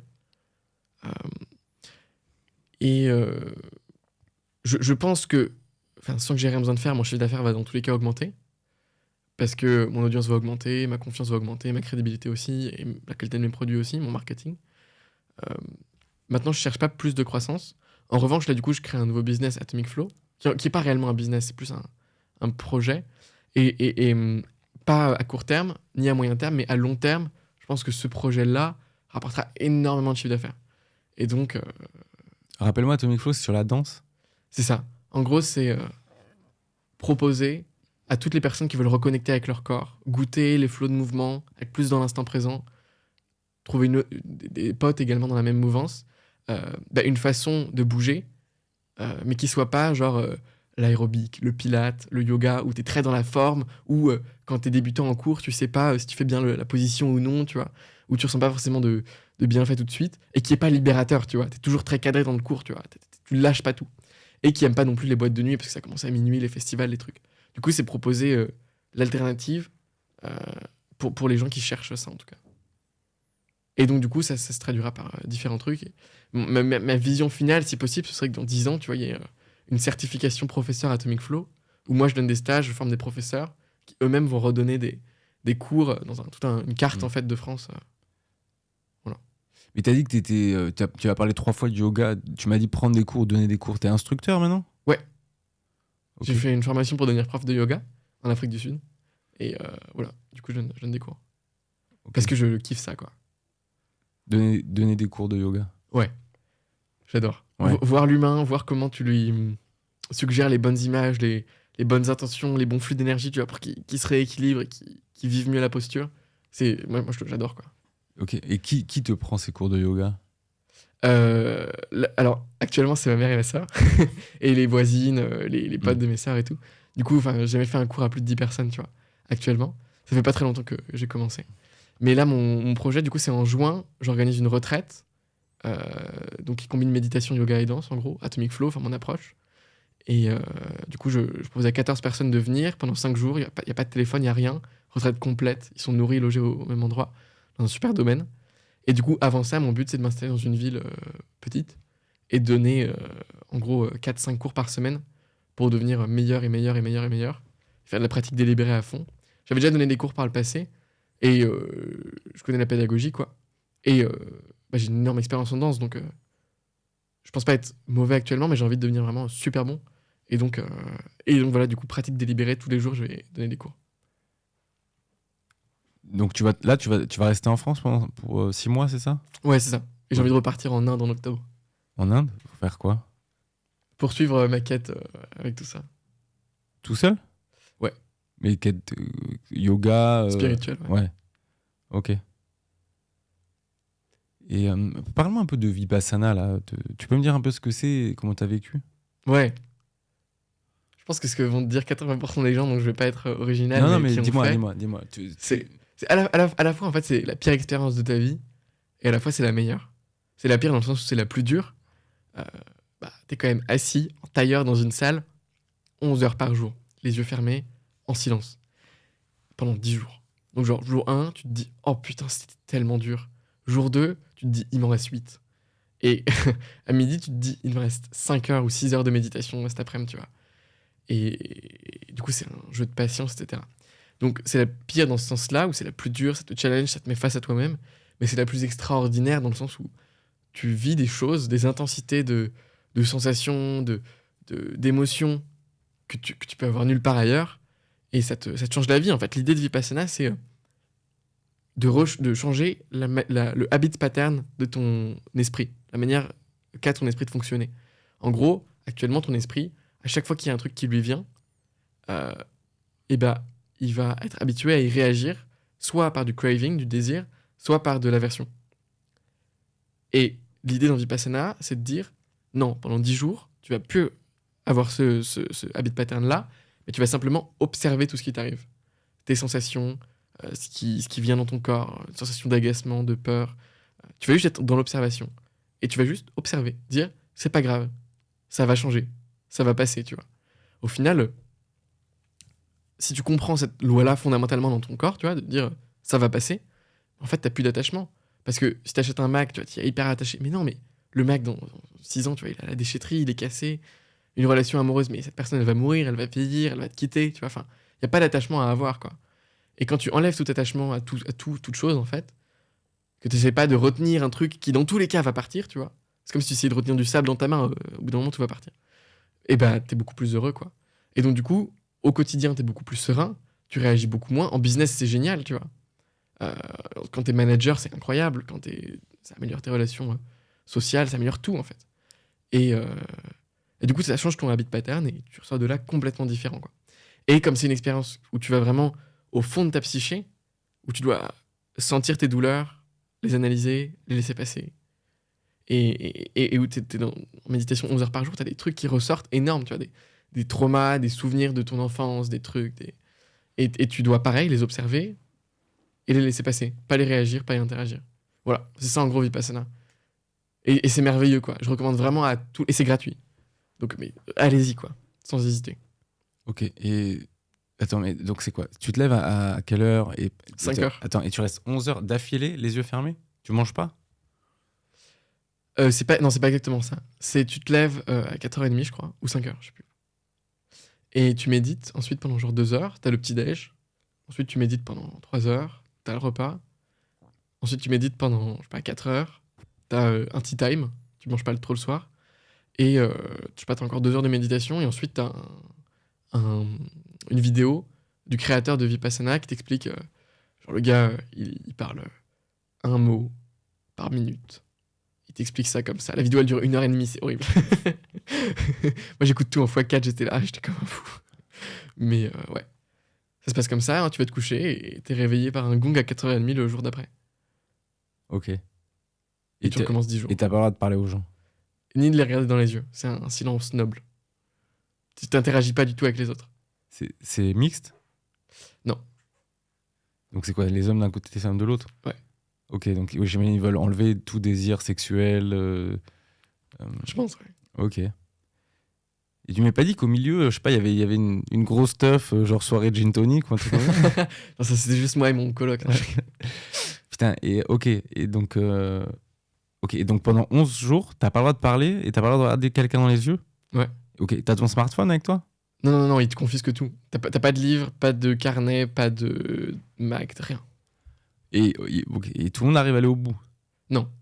Je pense que dans ma session, il y a peut-être, je sais pas, 40% qui ont abandonné. C'était très élevé cette fois-ci. Mais souvent, c'est 20% des gens qui arrivent pas. Ouais, ça a l'air chaud quand même, hein.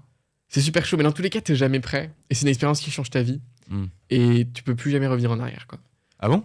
Non. Et qu'est-ce que... Enfin, tu m'as déjà dit, mais... Enfin, qu'est-ce qui change En fait t'as un recul complet sur beaucoup de choses, quoi. Et donc, ouais, tu reviens plus en arrière, quoi. Même la manière que t'as appris de réagir, ça change complètement ton interaction avec les autres, en fait.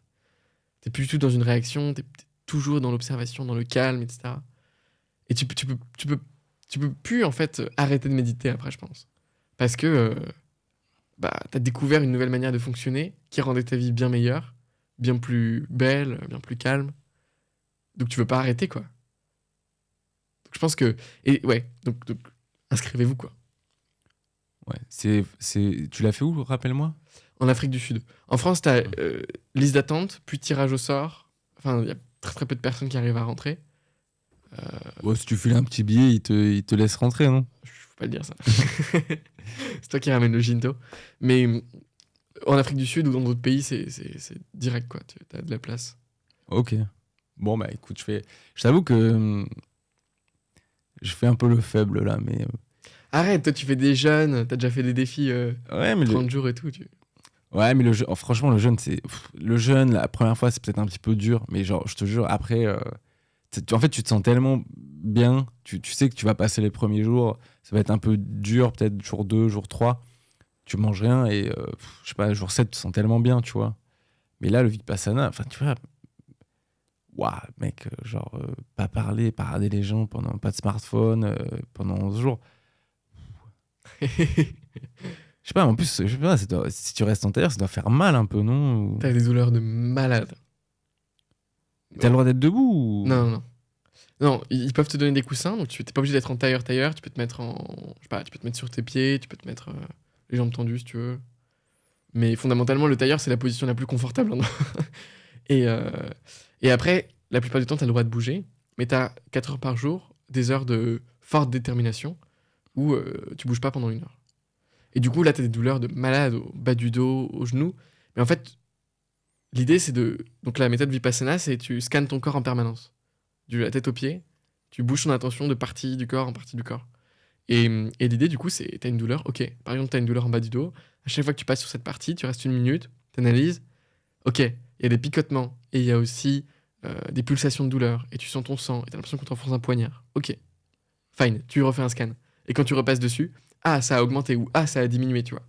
Et fondamentalement, même les plus grosses douleurs, en 1 heure, elles passent. Tout finit toujours par passer, tu vois. Et tu te dis, putain, je pourrais jamais aller au-dessus de ça, jamais aller au-dessus de ça.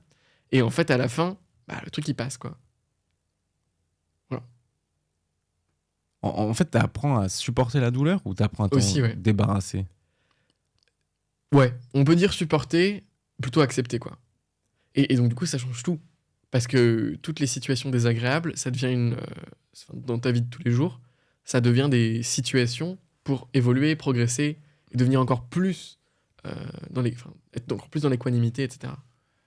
Tu sens que t'as un physique plus résistant maintenant? Ouais, à fond. Et le yoga aussi, ça t'apprend ça, quoi. Parce que le but, c'est d'être à l'écoute de tes sensations. Et quand tu fais des étirements ou quoi, il y a énormément de... En réalité, si tu regardes l'anatomie au niveau des spindles musculaires, enfin des parties nerveuses dans les muscles, et comment marche l'étirement, en réalité, l'étirement, c'est énormément de contrôle mental, tu vois. C'est acceptation de la douleur et envoyer un signal à ces spindles-là que ça y est, tu peux libérer un peu plus les fibres musculaires, en fait. Donc c'est du contrôle au millimètre près de ton esprit, quoi.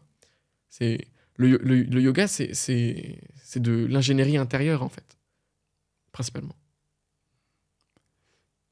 Et tout à l'heure, tu m'as parlé de Ken Wilber. Ouais. Tu peux m'expliquer pourquoi tu aimes bien Ken Wilber? Et est-ce que tu peux me parler un peu de sa théorie des niveaux de conscience? Ouais, bien sûr. Donc Ken Wilber, c'est mon philosophe préféré, je pense. Si vous tapez son nom sur Google, vous allez tomber sur des articles genre de Mark Manson, d'autres mecs comme ça qui le critiquent un peu, qui l'accusent de plein de trucs comme d'avoir trop d'ego et tout, et d'être tombé dans les mots qu'il décrit, quoi. Je pense qu'il faut faire abstraction de ça, lire au moins 3 de ses livres et ensuite se faire un avis. Parce qu'il y a beaucoup de gens qui m'envoient des mails tous les jours, parce que j'en parle souvent, qui me disent c'est un charlatan et tout. Ils n'ont pas lu les livres, quoi. Donc voilà, juste petit disclaimer, si vous voulez approfondir après, ça vaut le coup de lire des livres, quoi.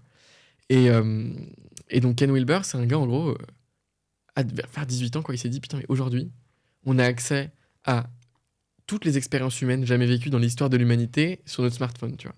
C'est jamais arrivé avant. Mais on n'a aucune manière de comprendre toutes ces expériences-là dans une vue un peu cohérente, tu vois, du monde. Typiquement, on va avoir tous les philosophes occidentaux qui vont tous proposer des vues différentes, tu vois, mais qui ont rien à voir avec les philosophies orientales. Les philosophies orientales, elles vont nous parler de stade de conscience, alors que les philosophies occidentales, plutôt de niveau de conscience. Enfin, beaucoup de sociologie, de sociologie, d'analyse de l'extérieur en Occident, pas du tout de ça en Orient. Enfin, et du coup, il s'est dit, mais comment j'intègre tout ça dans une vision cohérente, quoi. Et donc, ça a été la quête de sa vie, et il a créé ce qu'il a appelé une approche intégrale, une théorie intégrale. Une épilation intégrale. Une épilation intégrale aussi. En plus, ouais, il est chauve maintenant. Ouais, c'est pour ça que je te dis ça, oui, parce qu'il a pas un poil sur le caillou, le mec. Il a une perruque maintenant. C'est vrai? Ouais, une perruque un peu violette. Il a un peu. Ah ouais, Il a un style particulier. Ouais. Mais Et donc, cette théorie, elle est fascinante. Qu'en gros, il a combiné plein de modèles mentaux, plein de philosophies en une vision cohérente. Et jusqu'à présent, ça fait 2 ans que je l'ai lu. Je parle à plein de gens où ça fait 50 ans qu'ils ont lu Ken Wilber, quoi.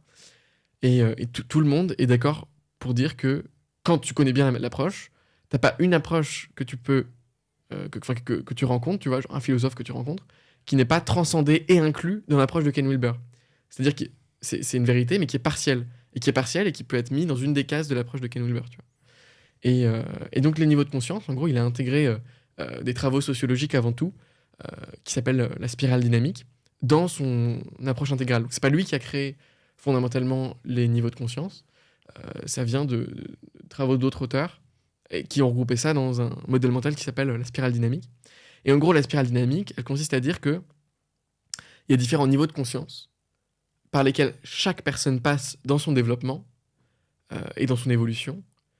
Et un niveau de conscience, c'est quoi? C'est un set de valeurs par lesquelles tu vas voir le monde. Donc, c'est comme si tu empruntais une paire de lunettes pendant un temps et tu vas voir le monde par cette paire de lunettes. Je pense que tous, si on est un peu lucide et qu'on fait un peu d'introspection, on se rend compte que dans notre développement, on a eu une période, par exemple, donc il y a des différents niveaux qui se succèdent. Il y a eu une période où on fonctionnait sur le modèle de c'est la loi du plus fort, tu vois. Quand tu es en primaire, souvent, quand tu es au collège aussi un peu, c'est tu vas être dans un niveau très égocentrique, tu vas chercher à avoir le plus de choses que tu peux avoir toi-même, sans penser forcément aux autres avec de l'empathie. Tous les groupes qui vont se créer, ça va être plutôt des clans. Typiquement, tu t'acceptes de te soumettre à un chef parce qu'il va te protéger ou parce qu'il va te faire augmenter dans l'échelle sociale, tu vois. Genre, tous les groupes dans la cour de récré, les mafias aujourd'hui, les prisons, probablement certaines polices dans certains pays. Voilà, typiquement, c'est ce niveau de conscience-là. Ensuite, on a tous été plus ou moins à un niveau où il y avait le bien, le mal, le vrai, le faux, tu vois. Où c'était, soit on était dans une religion établie, qui disait, il y a Dieu, ceux qui croient en Dieu sont dans le vrai, et tous les autres sont dans le faux, dans le péché, tu vois. Et du coup, il y avait cette dichotomie tout le temps, tu vois. Et puis bon, ensuite tu as d'autres niveaux de conscience qui se succèdent, en particulier celui dont la plupart, enfin le centre de gravité en tout cas de l'Occident, qui est un niveau de liberté individuelle, où chacun, un peu de libertarisme, quoi, où en gros ce qui est valorisé, c'est principalement la reconnaissance sociale, le succès, l'argent, etc., quoi. Et ensuite, tu as d'autres niveaux de conscience après ça que je pourrais décrire. Et le principe de la spirale dynamique, c'est donc de pouvoir déjà analyser les personnes dans les cases, tu vois, des sociétés, des entreprises. Tu vois, tu peux dire cette entreprise, elle est orange parce qu'elle valorise ça, tu vois. Ou cette entreprise, elle est rouge parce qu'elle valorise ces valeurs-là, tu vois. Et donc de mieux analyser, de mieux comprendre les fonctionnements humains. Et également, quand je m'adresse à quelqu'un, tu vois, je peux rapidement identifier quelles sont ses valeurs, quoi, qu'elle est sur la spirale dynamique. Et donc, lui parler de trucs qui vont lui parler, tu vois. Voilà. Mais c'est-à-dire quoi? C'est-à-dire qu'il y a une hiérarchie entre chaque humain en fonction de son niveau d'avancement spirituel? C'est pas spirituel. C'est vraiment les valeurs que tu vas utiliser pour réfléchir, tu vois. Les lunettes que tu vas mettre par lesquelles tu vas filtrer le monde. Et il y a une hiérarchie dans le sens d'une succession. C'est-à-dire que chaque niveau transcende et intègre le niveau précédent. Par exemple, le niveau dont on a parlé avec les mafias et tout, la loi du plus fort, c'est un niveau égocentrique. Quand tu passes au niveau suivant, tu passes à un niveau ethnocentrique. C'est-à-dire que c'est ta religion, ton groupe qui va avoir la vérité, tu vois. Ou tes parents qui vont avoir la vérité avec toi, tu vois. C'est toi qui as la vérité. Et donc, tu transcendes ta vision égocentrique et t'inclus des gens dedans. Et ensuite, quand tu passes à une vision, justement, individualiste, liberté individuelle, succès, argent et tout, à une vision mondocentrique. T'inclus encore plus de personnes dans ton groupe, tu vois. Et ensuite, tu passes à une vision cosmocentrique, tu vois. Et donc, à chaque fois, tu transcendes et intègres les niveaux précédents dans une vision qui est plus globale, qui est plus intégrale, en fait. Il y a des trucs dans la vie qui sont vraiment des hiérarchies, tu vois. Par exemple, l'esclavagisme, c'est moins bien que, je sais pas, le communisme. Enfin, non, c'est pas un bon exemple, mais asservir les gens, c'est moins bien que leur donner un peu de liberté, mais les contraindre, qui est moins bien de donner toute la liberté à tout le monde, tu vois. Enfin, tu vois, il y a des trucs où genre, esclavage, droit civil, constitution, j'en sais rien. Enfin, je sais pas exactement. Mais tu vois, il y a des hiérarchies dans la vie, quoi. Et donc là, pareil, c'est une sorte de hiérarchie que l'auteur appelle holarchie. Parce que ça transcende et intègre le niveau précédent. Et t'as un exemple, genre, sur un sujet, tu vois, sur lequel tu parles à des gens et tu dis, ok, lui, il est au dernier niveau de conscience et lui, il est au niveau 2. Ouais, complètement. Je sais pas, genre, donne-moi un sujet, par exemple, où tu vois souvent vite une différence de niveau de conscience. Euh, Sur le sujet de l'écologie, on peut en avoir beaucoup. Quand tu viens à. Donc, le niveau après, le niveau de, du succès financier, des libertés individuelles, etc., c'est un niveau vert.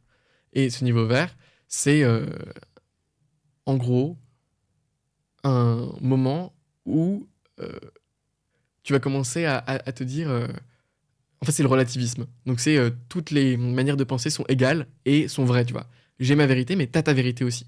Donc, tu commences à admettre qu'il peut y avoir plusieurs vérités, mais que toutes les vérités sont égales. Alors qu'au niveau orange, tu vois, t'as ta vérité, les libertés individuelles. Enfin, voilà. Au niveau d'après, t'admets qu'il peut y avoir plusieurs vérités, que d'autres personnes peuvent penser des choses différentes que toi, mais elles sont au même niveau de profondeur. Et au niveau d'après, tu commences à reconnaître qu'il y a une profondeur dans les différentes vérités, tu vois. Il y en a une qui est plus vraie que l'autre. Bah, typiquement, ce qu'on disait avant, droit civil mieux qu'esclavage, tu vois. Tu commences à avoir une profondeur. Et donc, typiquement, dans les débats écologiques, tu vois beaucoup ça, tu vois. Tu vas avoir beaucoup de débats, au final, quand les gens sont au niveau vert. Donc, la plupart des écologistes aujourd'hui sont au niveau vert. Tu vas avoir beaucoup de débats où la personne va te dire, ouais, mais c'est votre avis, moi j'ai le mien, tu vois. Ou, en fait, qui vont pas admettre des vérités partielles, tu vois. Et qui vont du coup pas se confronter réellement à la connaissance, à la source du problème, et qui vont pas trouver de solution. Mais qui vont juste être là en train de rien faire, quoi, en gros. Donc, alors qu'un niveau orange, tu vois, qui est du coup beaucoup dans. Bah non, mais liberté individuelle, enfin, je veux dire, il faut qu'on. Il y a tant de tonnes de CO2 émis dans ce secteur-là, il faut qu'on ait des innovations pour le résoudre, tu vois. Enfin, faut qu'on y aille, tu vois. La politique actuelle. Et les niveaux jaunes qui sont plus. Ok, vous avez tous raison, les gars, mais est-ce qu'on peut pas l'intégrer dans une vue cohérente? Et donc, du coup, quand tu parles à quelqu'un, tu parles écologie, tu vois direct ce qu'il te dit, tu sais ce qu'il faut que tu dises ou ce qu'il faut pas que tu dises, tu vois. En gros. Ouais, voilà, c'est ça. Et ce qui est assez ouf, c'est que du coup, ces niveaux de conscience, en fait, ils ont émergé petit à petit au fil du temps, tu vois. Genre, par exemple, bah, il y a une époque où on était tous au niveau rouge, tu vois. Ça va être par exemple la féodalité, où les gens s'organisaient en petits clans, en petits villages, tu vois, enfin en royaume. Tu te mettais auprès d'un seigneur, t'étais son vassal, je crois, et tu acceptais d'être sous son contrôle parce qu'il te protégeait des invasions des autres, tu vois. Ensuite, on est passé à une religion. Du coup, les religions, ça nous a permis de nous organiser dans des groupes encore plus gros, tu vois. Et du coup, là, hop, on a monté d'un niveau de conscience. Et ensuite, pendant les Lumières, on a dit liberté individuelle. Et si tout le monde avait la même valeur, et si du coup, on commençait à arrêter l'esclavage, etc. Et donc, on est passé au niveau supérieur. Et ainsi de suite, tu vois. Et typiquement, mai 68, c'est l'émergence du niveau vert, où on remettait en cause absolument tout. Mais ça a eu énormément de bénéfices. Par exemple, l'LGBT, la déconstruction des normes sexuelles, etc., quoi. Ok. Donc, tu veux de l'eau? Ouais, je suis avec plaisir. Donc, en fonction, en fait, de... Attends, je te sers. Merci. Ok, ouais. Oui, donc c'est une sorte de... En fait, au début, c'est... ouais, j'ai mon opinion, et puis c'est mon opinion. Et puis, après, c'est genre, j'ai mon opinion, mais j'accepte un peu, genre, une partie de ton opinion. C'est un peu lié à l'ego aussi. C'est un moment, tu dis, ouais, j'ai mon opinion... Peut-être que mon opinion est un peu vraie, mais la tienne est un peu vraie. Intégrons l'ensemble de ces opinions et avançons. C'est-à-dire, ouais, en gros, c'est un peu aussi. Est-ce qu'il n'y a pas une histoire d'ego là-dedans, tu vois, genre, en fait, se délier de son ego et de se dire, voilà, peu importe ce que je pense, faisons mouvance ensemble vers, enfin, tu vois, la solution la plus commune, en fait. Alors, la spirale dynamique parle pas de ça. Elle parle juste. En fait, la spirale dynamique, c'est un constat sociologique, tu vois. Ils font faire des études aux gens, ils leur posent des questions, et ensuite ils voient, du coup, ils essayent de les classer dans leur modèle à eux, quoi. Et c'est pas un modèle parfait. Et quand on parle aux gens, ils se sentent souvent offensés, parce que du coup, ils se reconnaissent dans un niveau qui est inférieur au tien en termes chronologiques. Et donc ils se disent, mais donc tu te dis juste que t'es supérieur à moi, quoi. C'est pas ce que je dis. Je te parle d'un modèle et tout. Enfin bref. Maintenant, sur les. C'est un peu ça, quand même. Parfois, en fait, si tu vois quelqu'un et qu'il réfléchit et à un niveau inférieur, tu dis... En fait, si tu veux lui expliquer le truc, c'est que tu lui dis, bah, en fait, sur ce sujet-là, t'es pas évolué, t'es au niveau un peu préhistorique, quoi. En gros, c'est ça. Plus ou moins, mais du coup, l'idée, quand toi, tu maîtrises la spirale dynamique, c'est de surtout pas faire ça, quoi. et c'est de... En fait, c'est la règle de la spirale dynamique, c'est que quand tu connais cet outil-là, quand t'es à un niveau supérieur, c'est à toi de régresser au niveau inférieur Parce que tu y as accès, l'autre, il n'a pas accès à ton niveau, toi, tu as accès à son niveau. Donc, tu régresses à son niveau pour pouvoir lui parler et peut-être l'aider dans son chemin à évoluer au niveau du dessus, tu vois. Sachant qu'il y a des personnes qui restent au niveau bleu, euh, qui va être probablement relativement conservateur toute leur vie, tu vois. Et des personnes qui restent au niveau orange toute leur vie. Et c'est très bien, tu vois, il n'y a pas de mal, il n'y a pas de bien, tu vois. C'est un outil qui t'aide à mieux naviguer. Et ta question qui était, oui, les causes de cette évolution, à chaque fois, en fait, le processus pour passer d'un niveau à l'autre, c'est différenciation, tu vois. Tu te rends compte que les valeurs sur lesquelles tu fonctionnais avant, elles te plaisent plus, tu vois. Souvent, tu vas voir des entrepreneurs qui ont un peu une crise de la trentaine, cinquantaine, quarantaine. Oh putain, en fait, j'ai pas créé de valeur dans ce monde, je veux plus l'argent, je veux revenir au vrai et à la nature, je veux aller me barrer à la campagne et devenir un hippie, faire ma retraite spirituelle en Inde, tu vois. Et donc du coup, ils rejettent complètement l'argent. Tu vois, ils donnent toute leur fortune, genre, tu vois, ils donnent tout, ils font un truc, tu vois. Et ils sont dans le rejet complet. Donc, différenciation, rejet. Ensuite, tu vas trouver tes nouvelles valeurs, genre, hey les gars, ouais, je suis baba cool, je m'en fous de vos concepts, tout le monde a raison, et on fume des joints, tu vois. Et une fois que t'es dans ce niveau-là, tu vas transcender et inclure le niveau d'après. C'est encore dans le processus d'évolution. Bon, l'argent, c'est pas bien, c'est pas mal, c'est un outil, on le garde. Moi, je suis toujours baba cool, quoi. Et ensuite, tu te différencies. Non, mais en fait, moi, je me suis rendu compte que la vie, il y a peut-être une sorte de quête interne que chaque personne a trouvée, tu vois. Et peut-être que j'ai une mission dans la vie. Du coup, je vais recommencer à faire des choses, mais pour les autres, tu vois. Et du coup, je rejette complètement ce mode-là. Et je dis, quand j'étais à Bali, les gens, ils étaient trop égocentrés, en fait, sur eux-mêmes. Ils étaient dans un truc de... En fait, ils faisaient rien de leur vie, quoi. Ils passaient leur vie dans des cours de yoga, des trucs comme ça. Et, tu vois, et du coup, c'est ce processus-là à chaque fois, quoi. Mais effectivement, on pourrait dire qu'à chaque fois, tu te désidentifies un petit peu plus de ton ego. Peut-être, mais je suis pas sûr. Et tout dépend comment tu définis ego. Ouais. Et à la fin, ils finissent philosophes sur Twitter. Exactement. Ça, c'est le stade ultime. Moi, ce que j'ai remarqué avec certaines personnes, et c'est un peu délicat pour moi, c'est en fait quand tu es à peu près au même stade, tu vois, sur la spirale dynamique, sur un sujet, mais qu'il y a un moment où les personnes, elles vont te parler d'un autre sujet et tu te rends compte que elles n'ont pas du tout poussé, tu vois. Ouais. Et c'est possible qu'il y ait une inégalité en fonction des sujets dans l'avancement, non ? À 100%. Et c'est là où Ken Wilber a été super intéressant, parce que du coup, la spirale dynamique, c'est juste ça. Ensuite, Ken Wilber, il s'est dit, en fait, la spirale dynamique, c'est un outil parmi d'autres, quoi. En réalité, il y a Maslow qui avait déjà fait la pyramide, il y a d'autres études de féministes qui montrent les différences hommes-femmes et tout. Enfin, il y a plein de trucs, quoi. Est-ce qu'on pourrait pas tous les rassembler ? Et donc, il a repris les couleurs de la spirale dynamique, en fait, c'est un arc-en-ciel, et il a placé tous les modèles de développement, tous les uns à côté des autres, et il s'est rendu compte de, ah ben en fait, ils disent tous la même chose. Et on peut tous les mettre sur le même cadre, tu vois. Et en fait, plus que ça, ces niveaux d'évolution, on les retrouve dans différentes lignes de développement. Et du coup, il a ajouté, enfin, il a transcendé et inclus tous ces modèles-là, qui existent quasiment, tu vois.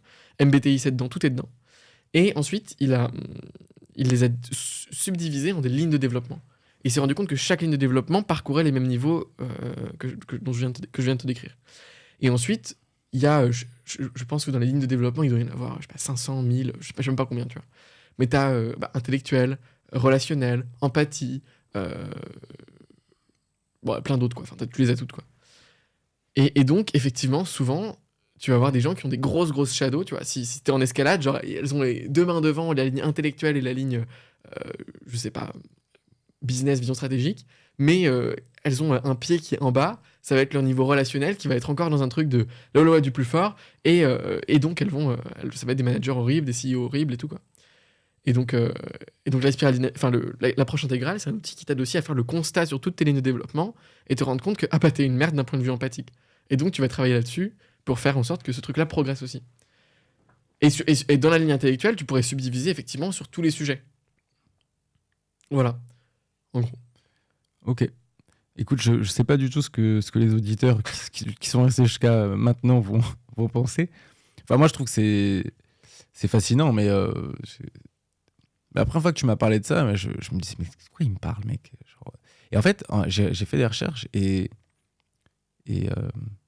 c'est hyper logique, en fait, les niveaux de conscience. Et en fait, le truc, c'est que une fois que tu as compris ça, ça te permet d'expliquer beaucoup de choses, tu vois. Énormément. Et moi, je me rendais compte parfois, tu sais, je suis un peu primaire parfois, et parfois je me disais, autant pour moi que pour les autres, je me disais, putain, mais cette personne, elle est grave intelligente, etc. Putain, c'est génial ce qu'elle dit. Et à un moment, tu parles avec elle et je sais pas, et tu parles d'un autre sujet qu'elle maîtrise pas du tout. Et là, elle te lâche des banalités ou des trucs et tu dis, mais what? Et en fait, non, c'est juste que la personne, elle a pas les mêmes niveaux de conscience, tu vois. Et pareil pour moi, parfois je me dis, tu vois, genre, je sais pas, je vais te parler d'un truc, ça va être assez poussé, etc. Et à d'autres moments, je parle d'un autre truc et je me dis, putain, mais je me sens tellement pas mûr sur ce sujet. Tu vois, t'es là, tu dis, putain, je sais pas trop quoi penser, etc. Et, Ouais. et parfois, les gens peuvent même te sortir des trucs, genre, te montrer des trous dans tes raisonnements et tu te dis, mais en fait, je dis de la merde, là, tu vois. Et c'est pour ça aussi, je pense, c'est important, toujours, bon, ça, c'est un peu, tu vois, les, l'historique, mais de pas trop parler de ce que tu sais pas, tu vois. Et d'ailleurs, je le sens sur toi, quand tu m'as dit dès les premières questions, je suis pas trop sûr, je préfère pas trop m'avancer, Ouais. pas trop avoir d'opinion, tu vois. Ouais, c'est clair. Et tu sens, plus les gens sont avancés dans la réflexion, le plus de fois ils vont te sortir je sais pas, tu vois. Et ça, c'est un truc de ouf. Le pouvoir de dire je sais pas et d'avoir dans ton identité que tes proches ils savent que tu t'es une personne qui dit je sais pas. Donc t'as plus besoin, tu sais, de toujours paraître le mec qui sait tout, qui a un avis sur tout et tout. Mais c'est super libérateur et ça te permet de passer un cap dans ton niveau intellectuel, quoi. Je sais pas, c'est le truc de base, tu vois. Ouais. Et c'est ce qui manque à beaucoup d'entrepreneurs qui prennent la parole sur tous les sujets, tu vois. Comme moi, par exemple. Non, non, pas Là, toi. là, je rigole. Non, mais mes sujets sont assez larges. Après, j'essaie je pense, l'approche explorateur, de plutôt dire, voilà où j'en suis, voilà ce que j'ai mis en place, tu vois, sans... Ah, mais complètement, mais moi, Voilà. je te visais pas du tout là-dedans. Non, mais je me sentais pas visé, je Ok. charriais. Ok. Avant que j'oublie, avant les dernières questions, parle-moi un peu de ton alimentation. Tu manges quoi? Je suis végétarien, donc je mange pas de viande et quasi pas de poisson. Ça fait pas suffisamment longtemps pour dire que j'ai pas de carence, etc. Tu vois. Enfin, ça fait genre 4 ans, mais je suis jeune et tout. Enfin, je veux dire, je pense que peut-être il y a beaucoup de femmes enceintes, par exemple, qui disent en fait, juste, je sentais dans mon corps que j'avais besoin de viande, tu vois, de viande rouge, tout de suite. Mm. Et en fait, j'ai été très surpris quand j'ai fait justement des grandes retraites de yoga, des grands trucs, que en fait, la plupart des gens, en fait, ils étaient pas végétariens. Alors que je me disais, le yoga, c'est le truc des véganes et tout, quoi. Mais en fait, ils me disaient tous, on a tous eu cette période où on était végétarien à 100%, mais où aujourd'hui, en fait, on s'est rendu compte que notre corps, il nous appelait à manger du poulet, de la viande et tout. Donc on en mange moins, en bonne qualité et tout, mais on en mange quand même. Moi, je suis pas appelé par la viande en ce moment, j'aime pas trop le goût de la viande et tout, donc j'en mange pas. Mais je pense que c'est pas un avis radical que j'ai sur la question, quoi. Voilà. Je pense que c'est bien les deux régimes alimentaires. Bref, en tout cas, je suis végétarien. Et les astuces, moi, qui m'aident vraiment, c'est manger des protéines au petit-déj, ou pas beaucoup de glucides en tout cas. Typiquement, une manière simple de manger des protéines, si vous mangez un muesli actuellement, au lieu des flocons d'avoine, enfin de la base du muesli, remplacez ça par exemple par des noix de cajou. Ça compte beaucoup plus, vous n'aurez pas de pic glycémique et de trou de glycémie au milieu de la matinée, vous n'aurez pas la fringale avant midi 13h, et vous avez une énergie de malade, quoi. Typiquement, si je mange un muesli le matin, des tartines de pain, un truc, je peux pas lire 2 heures d'affilée. J'ai des pensées de partout, je suis mal, enfin... Genre vraiment, c'est un enfer. Alors que si je mange un truc protéique, salé, la plupart du temps, bah, jusqu'à 13h, je suis bien et j'ai un niveau de focus qui est comme ça, quoi. Donc ça, c'est la plus grosse astuce, je pense. Moins manger le soir pour mieux dormir aussi. Euh, euh, et le midi, j'ai pas de règle, souvent une salade. Ok. Et d'accord. Mais tu manges quoi du coup? S'il n'y a pas de poisson, de viande dedans, tu mets quoi dans les salades? Souvent, j'essaye quand même de prendre beaucoup de protéines, parce que je fais aussi beaucoup de sport, et que je suis jeune. Donc je mets souvent une base, soit pois chiches, soit lentilles corail, un truc comme ça. Soit petits pois, soit haricots verts, tu vois, en base, ou de la salade. Et ensuite, je vais rajouter plein de trucs. Genre, ça peut être du fromage, des tomates, de l'avocat, des trucs comme ça. Mhm. Ok. Et tu manges des œufs? Ouais. Ok. Ouais, je mange des œufs. Mhm. Donc tu as une alimentation assez légumes, enfin légumes, À 100% légumes, ouais. ouais, légumes, légumineuses et des œufs quoi, et du C'est cru, ça. beaucoup de cru quoi. C'est ça. Ouais, quasi que du cru. Et en vrai, enfin, moi mon seul critère, c'est est-ce que je me sens bien, tu vois. Je suis sûr que, même si actuellement j'essaye de me renforcer musculairement, euh, du coup, il y aurait des alimentations beaucoup plus optimales pour moi, tu vois, avec beaucoup plus de protéines, en faisant des suppléments et tout. Mon critère premier, c'est pas d'être optimal, c'est de me sentir bien, tu vois. Donc, et j'ai pas d'avis sur les régimes alimentaires. Et je pense que les gens qui ont des avis sur les régimes alimentaires, c'est des gens qui n'ont pas capté ce que c'était que l'alimentation. Pourquoi? Bah, parce que l'alimentation, c'est avant tout se sentir bien, tu vois. C'est avant tout avoir de l'énergie, être, tu vois, conscient de son niveau d'énergie et savoir ce que tu fais pour ton corps, pour toi, tu vois. Et donc les gens qui vont te dire, moi je suis paléo et le paléo c'est mieux et soyez végétarien et si vous voulez prendre du muscle, vous devez avoir ça. Bah pour moi c'est tous des tocards, tu vois. Et voilà. Donc encore une fois c'est le même truc de pas avoir d'avis, tu vois, de savoir dire je sais pas en fait.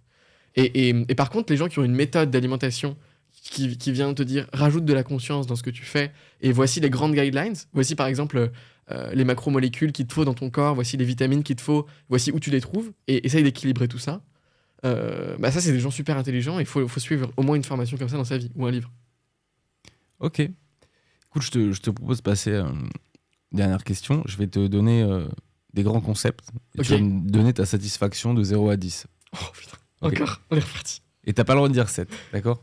Ok, Si je te dis satisfaction amoureuse. je peux dire 7,1. Non, Non. satisfaction amoureuse. Je peux faire une petite réponse un peu... Vas-y. Si je dois donner une note, ce serait peut-être... En fait, ce serait genre 8 sur 10, mais j'ai pas de relation amoureuse actuellement. Ouais, Ouais. ça peut. C'est ça. Et en fait, encore très récemment, tu vois, avant Vipassana, en fait, j'avais pas de relation amoureuse. Je suis très mauvais en relation amoureuse et j'arrive pas à trouver des personnes avec qui sont prêtes à avoir des relations amoureuses avec moi. C'est-à-dire, t'es puceau. Non, je suis pas puceau, mais je veux dire, j'ai peu de relations et peu d'abondance, tu vois, en termes de choix de relations et tout. Mais c'est aussi parce que je vois personne et que je suis tout le temps à l'étranger et que tous mes potes ont au moins 30 ans ou 60 ans, tu vois. Donc Ok. du coup, voilà, Ouais, donc les démographiques sont. elle joue pas en ma faveur, c'est clair. Et que, en fait, j'ai pas du tout cette énergie de séduction et tout. Enfin, je suis pas comme ça, quoi. Moi, je suis dans l'humain et c'est tout, quoi. Bref, du coup, la plupart de mes potes me demandent en permanence, mais putain, t'en es où des relations, toi? Hmm. Et tu vas pas pécho ce soir? Peut-être que tu changes ton style vestimentaire. Du coup, j'en étais venu à aller faire des courses de 300 balles à Zara pour me trouver un nouveau look, machin. Trouver des filles, me mettre sur les applis et tout. Et je me rendais compte que foncièrement, ça me rendait malheureux, tu vois. Enfin, pas malheureux, mais en fait, juste, c'était pas aligné, tu vois. Et du coup, là récemment, j'ai juste assumé que, en fait, c'était pas du tout une recherche que moi j'avais. Je suis super bien seul et actuellement, j'ai pas envie de. Enfin, si ça se présente à moi, je suis très heureux, mais j'ai pas du tout envie de chercher ça, tu vois, et d'être dans cette recherche-là. Et donc, depuis que j'ai accepté ça complètement, bah 8 sur 10, quoi. Mais tu m'aurais demandé ça il y a 2 mois, je t'aurais dit 4. Ok, ouais, tu te rendais compte qu'en fait, ta recherche ou cette anxiété par rapport à ça, c'était plutôt pour satisfaire en fait, les autres que toi. C'est ça, mais en fait, je trouve que tout le monde parle de ça H24. Et on a une société dans laquelle tout le monde va toujours te parler de hey, tes dates, nanana, et tes relations amoureuses, tu vois. Enfin, et c'est hyper banalisé, tu vois, de parler de ça, mais on ne s'est même pas questionné sur est-ce que cette personne est vraiment dans l'optique de faire des dates et tout, ou est-ce qu'elle est dans l'optique de, je sais pas, avoir un coup de cœur à un moment, trouver une personne dans sa vie, tu vois. Et je trouve que ça met une énorme pression sur beaucoup de gens, alors que ces gens-là, en fait, seraient juste super bien à construire des vraies relations amicales qui peut-être un jour dévieront dans des relations amoureuses. Ouais, non mais je suis carrément d'accord sur cette recherche effrénée de la société de dire, et surtout pour les femmes en fait, tu vois. Oh, t'as 30 ans, tu vois, Ouais. t'as pas de. Mais fuck you en fait, genre au pire, qu'est-ce que ça peut te foutre, tu vois. Et puis au pire, tu finis seul. Enfin, c'est pas dramatique, tu vois. Complètement. Donc, mais les gens, oui, ça les fait flipper, ouais. Ah, ils sont terrorisés. Mais tu sais, le nombre de gens, tu sais, il y a des gens qu'on voit aussi, ils arrivent pas, ils ont jamais de moment seuls. Tu sais, ils ont toujours une relation. Puis la fois d'après, tu les vois, ils sont en relation mais avec quelqu'un d'autre. Tu vois, et tu dis, mais t'as jamais un moment où, tu vois, tu laisses un peu de temps. Ouais. Et qu'est-ce que ça traduit aussi, quoi? Ouais. Bon, Cette boulimie et tout. Ben non, mais c'est clair. Si je te dis satisfaction santé sur 10. 10. 10. 10, Ouais. tu te sens bien, t'es jamais malade. Je me sens trop bien. Ouais. J'ai une bonne énergie. Je suis pas le mec le plus musclé, mais j'ai envie de commencer à prendre un coach comme toi. Ça t'a apporté quoi, toi, d'avoir un coach? Alors, je pense que le coach, c'était surtout un accountability partner, un partenaire de responsabilité. C'est-à-dire que il surveillait surtout que je lâche pas, je pense. Ça, c'est la première chose. La deuxième chose, c'est il me donnait des exercices, parce que moi, je partais quand même genre, je vois même pas la différence entre les machines, je savais même pas les utiliser. Donc, tu vois, voilà. Puis, tu vois, il met les poids, il met dans la progression, il m'encourage, on s'entend bien, tu vois. Et le coach, je pense, c'est intéressant là-dessus. Et ta question, c'est qu'est-ce que ça m'a apporté les poids, je pense de la fierté. Et tu vois, fierté de faire des séances. Et au niveau de santé aussi, bah, en fait, il y a un moment où tu perds ta masse musculaire à partir de, je sais pas, 25 ans ou un truc comme ça. Tu perds genre 1% par an ou tous les 18 mois. Et du coup, bah, avec la gravité, avec les trucs comme ça, si tu liftes pas, il y a un moment où ton corps, il est moins résistant, quoi. Ouais. Comme dit Jean-Charles Kurdali, le but est de devenir un philosophe musclé. Mais c'est pas nouveau, hein, c'était les stoïciens, leur but était d'avoir une philosophie, d'être musclé, tu vois. Donc je pense que c'est très pratique. C'est pas les livres ou les poids, je pense que c'est les deux, tu vois. Ouais, complètement. Ok. Et si je te dis satisfaction, bonheur 10 aussi. 10, t'es en béatitude complète? En vrai, ouais. Ouais, complètement. Ok. J'ai plein d'incertitudes, tu vois, dans ma vie. Genre, j'ai pas de maison, j'ai pas de voiture, enfin, je sais pas ce que je... Enfin, Ouais. genre, je sais pas où je vais atterrir et je suis dans une période de transition, mais 100%, ouais. Dans mon quotidien, c'est 100% de bonheur. Donc je t'ai dit quoi? Je t'ai dit amour, santé, bonheur. C'est quoi le dernier? Argent, satisfaction financière. Je dirais 10 aussi, en vrai. Ou 9, parce que, juste parce que j'ai pas encore, justement, quand je te disais au début, designer sa vie, c'est définir sur chaque pilier de ta vie comment t'allais faire ce que t'allais faire. Je sais pas comment investir ma trésorerie. J'ai un peu une inquiétude de me faire dégommer par les impôts. J'ai tout Ouais. ça. Donc, mais c'est des bonnes inquiétudes à avoir. Et donc, factuellement, je suis à 10 sur 10. Je suis jamais limité aujourd'hui par l'argent pour quoi que ce soit. Donc, 10 sur 10. Là, t'es à l'hôtel, là?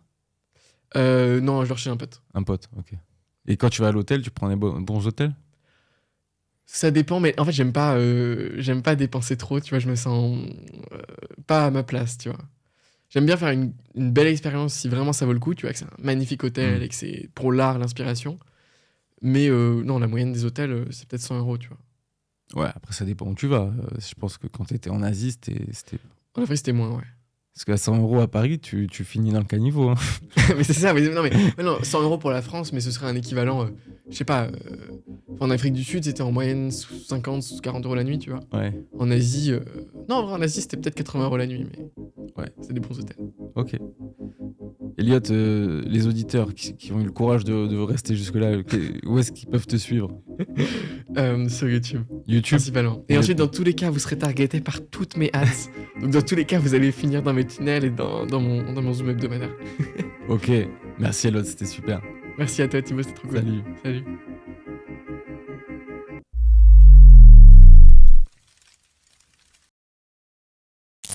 Pas fait exprès, c'est juste que j'ai... Tu veux en faire un autre côté aussi. Bah justement, non mais... Non mais en fait, si tu veux, j'ai acheté un rasoir et je me suis... Et tu vois, j'ai commencé à foutre un coup et je me suis dit... Ah mais non, il faut mettre un sabot. Ah oui. Et du coup, non mais j'avais oublié qu'il fallait mettre un sabot. Tu sais, je me dis ouais, se rase la tête. Je me suis dit sinon, si je pars comme ça, je vais finir comme Joe Rogan, tu vois.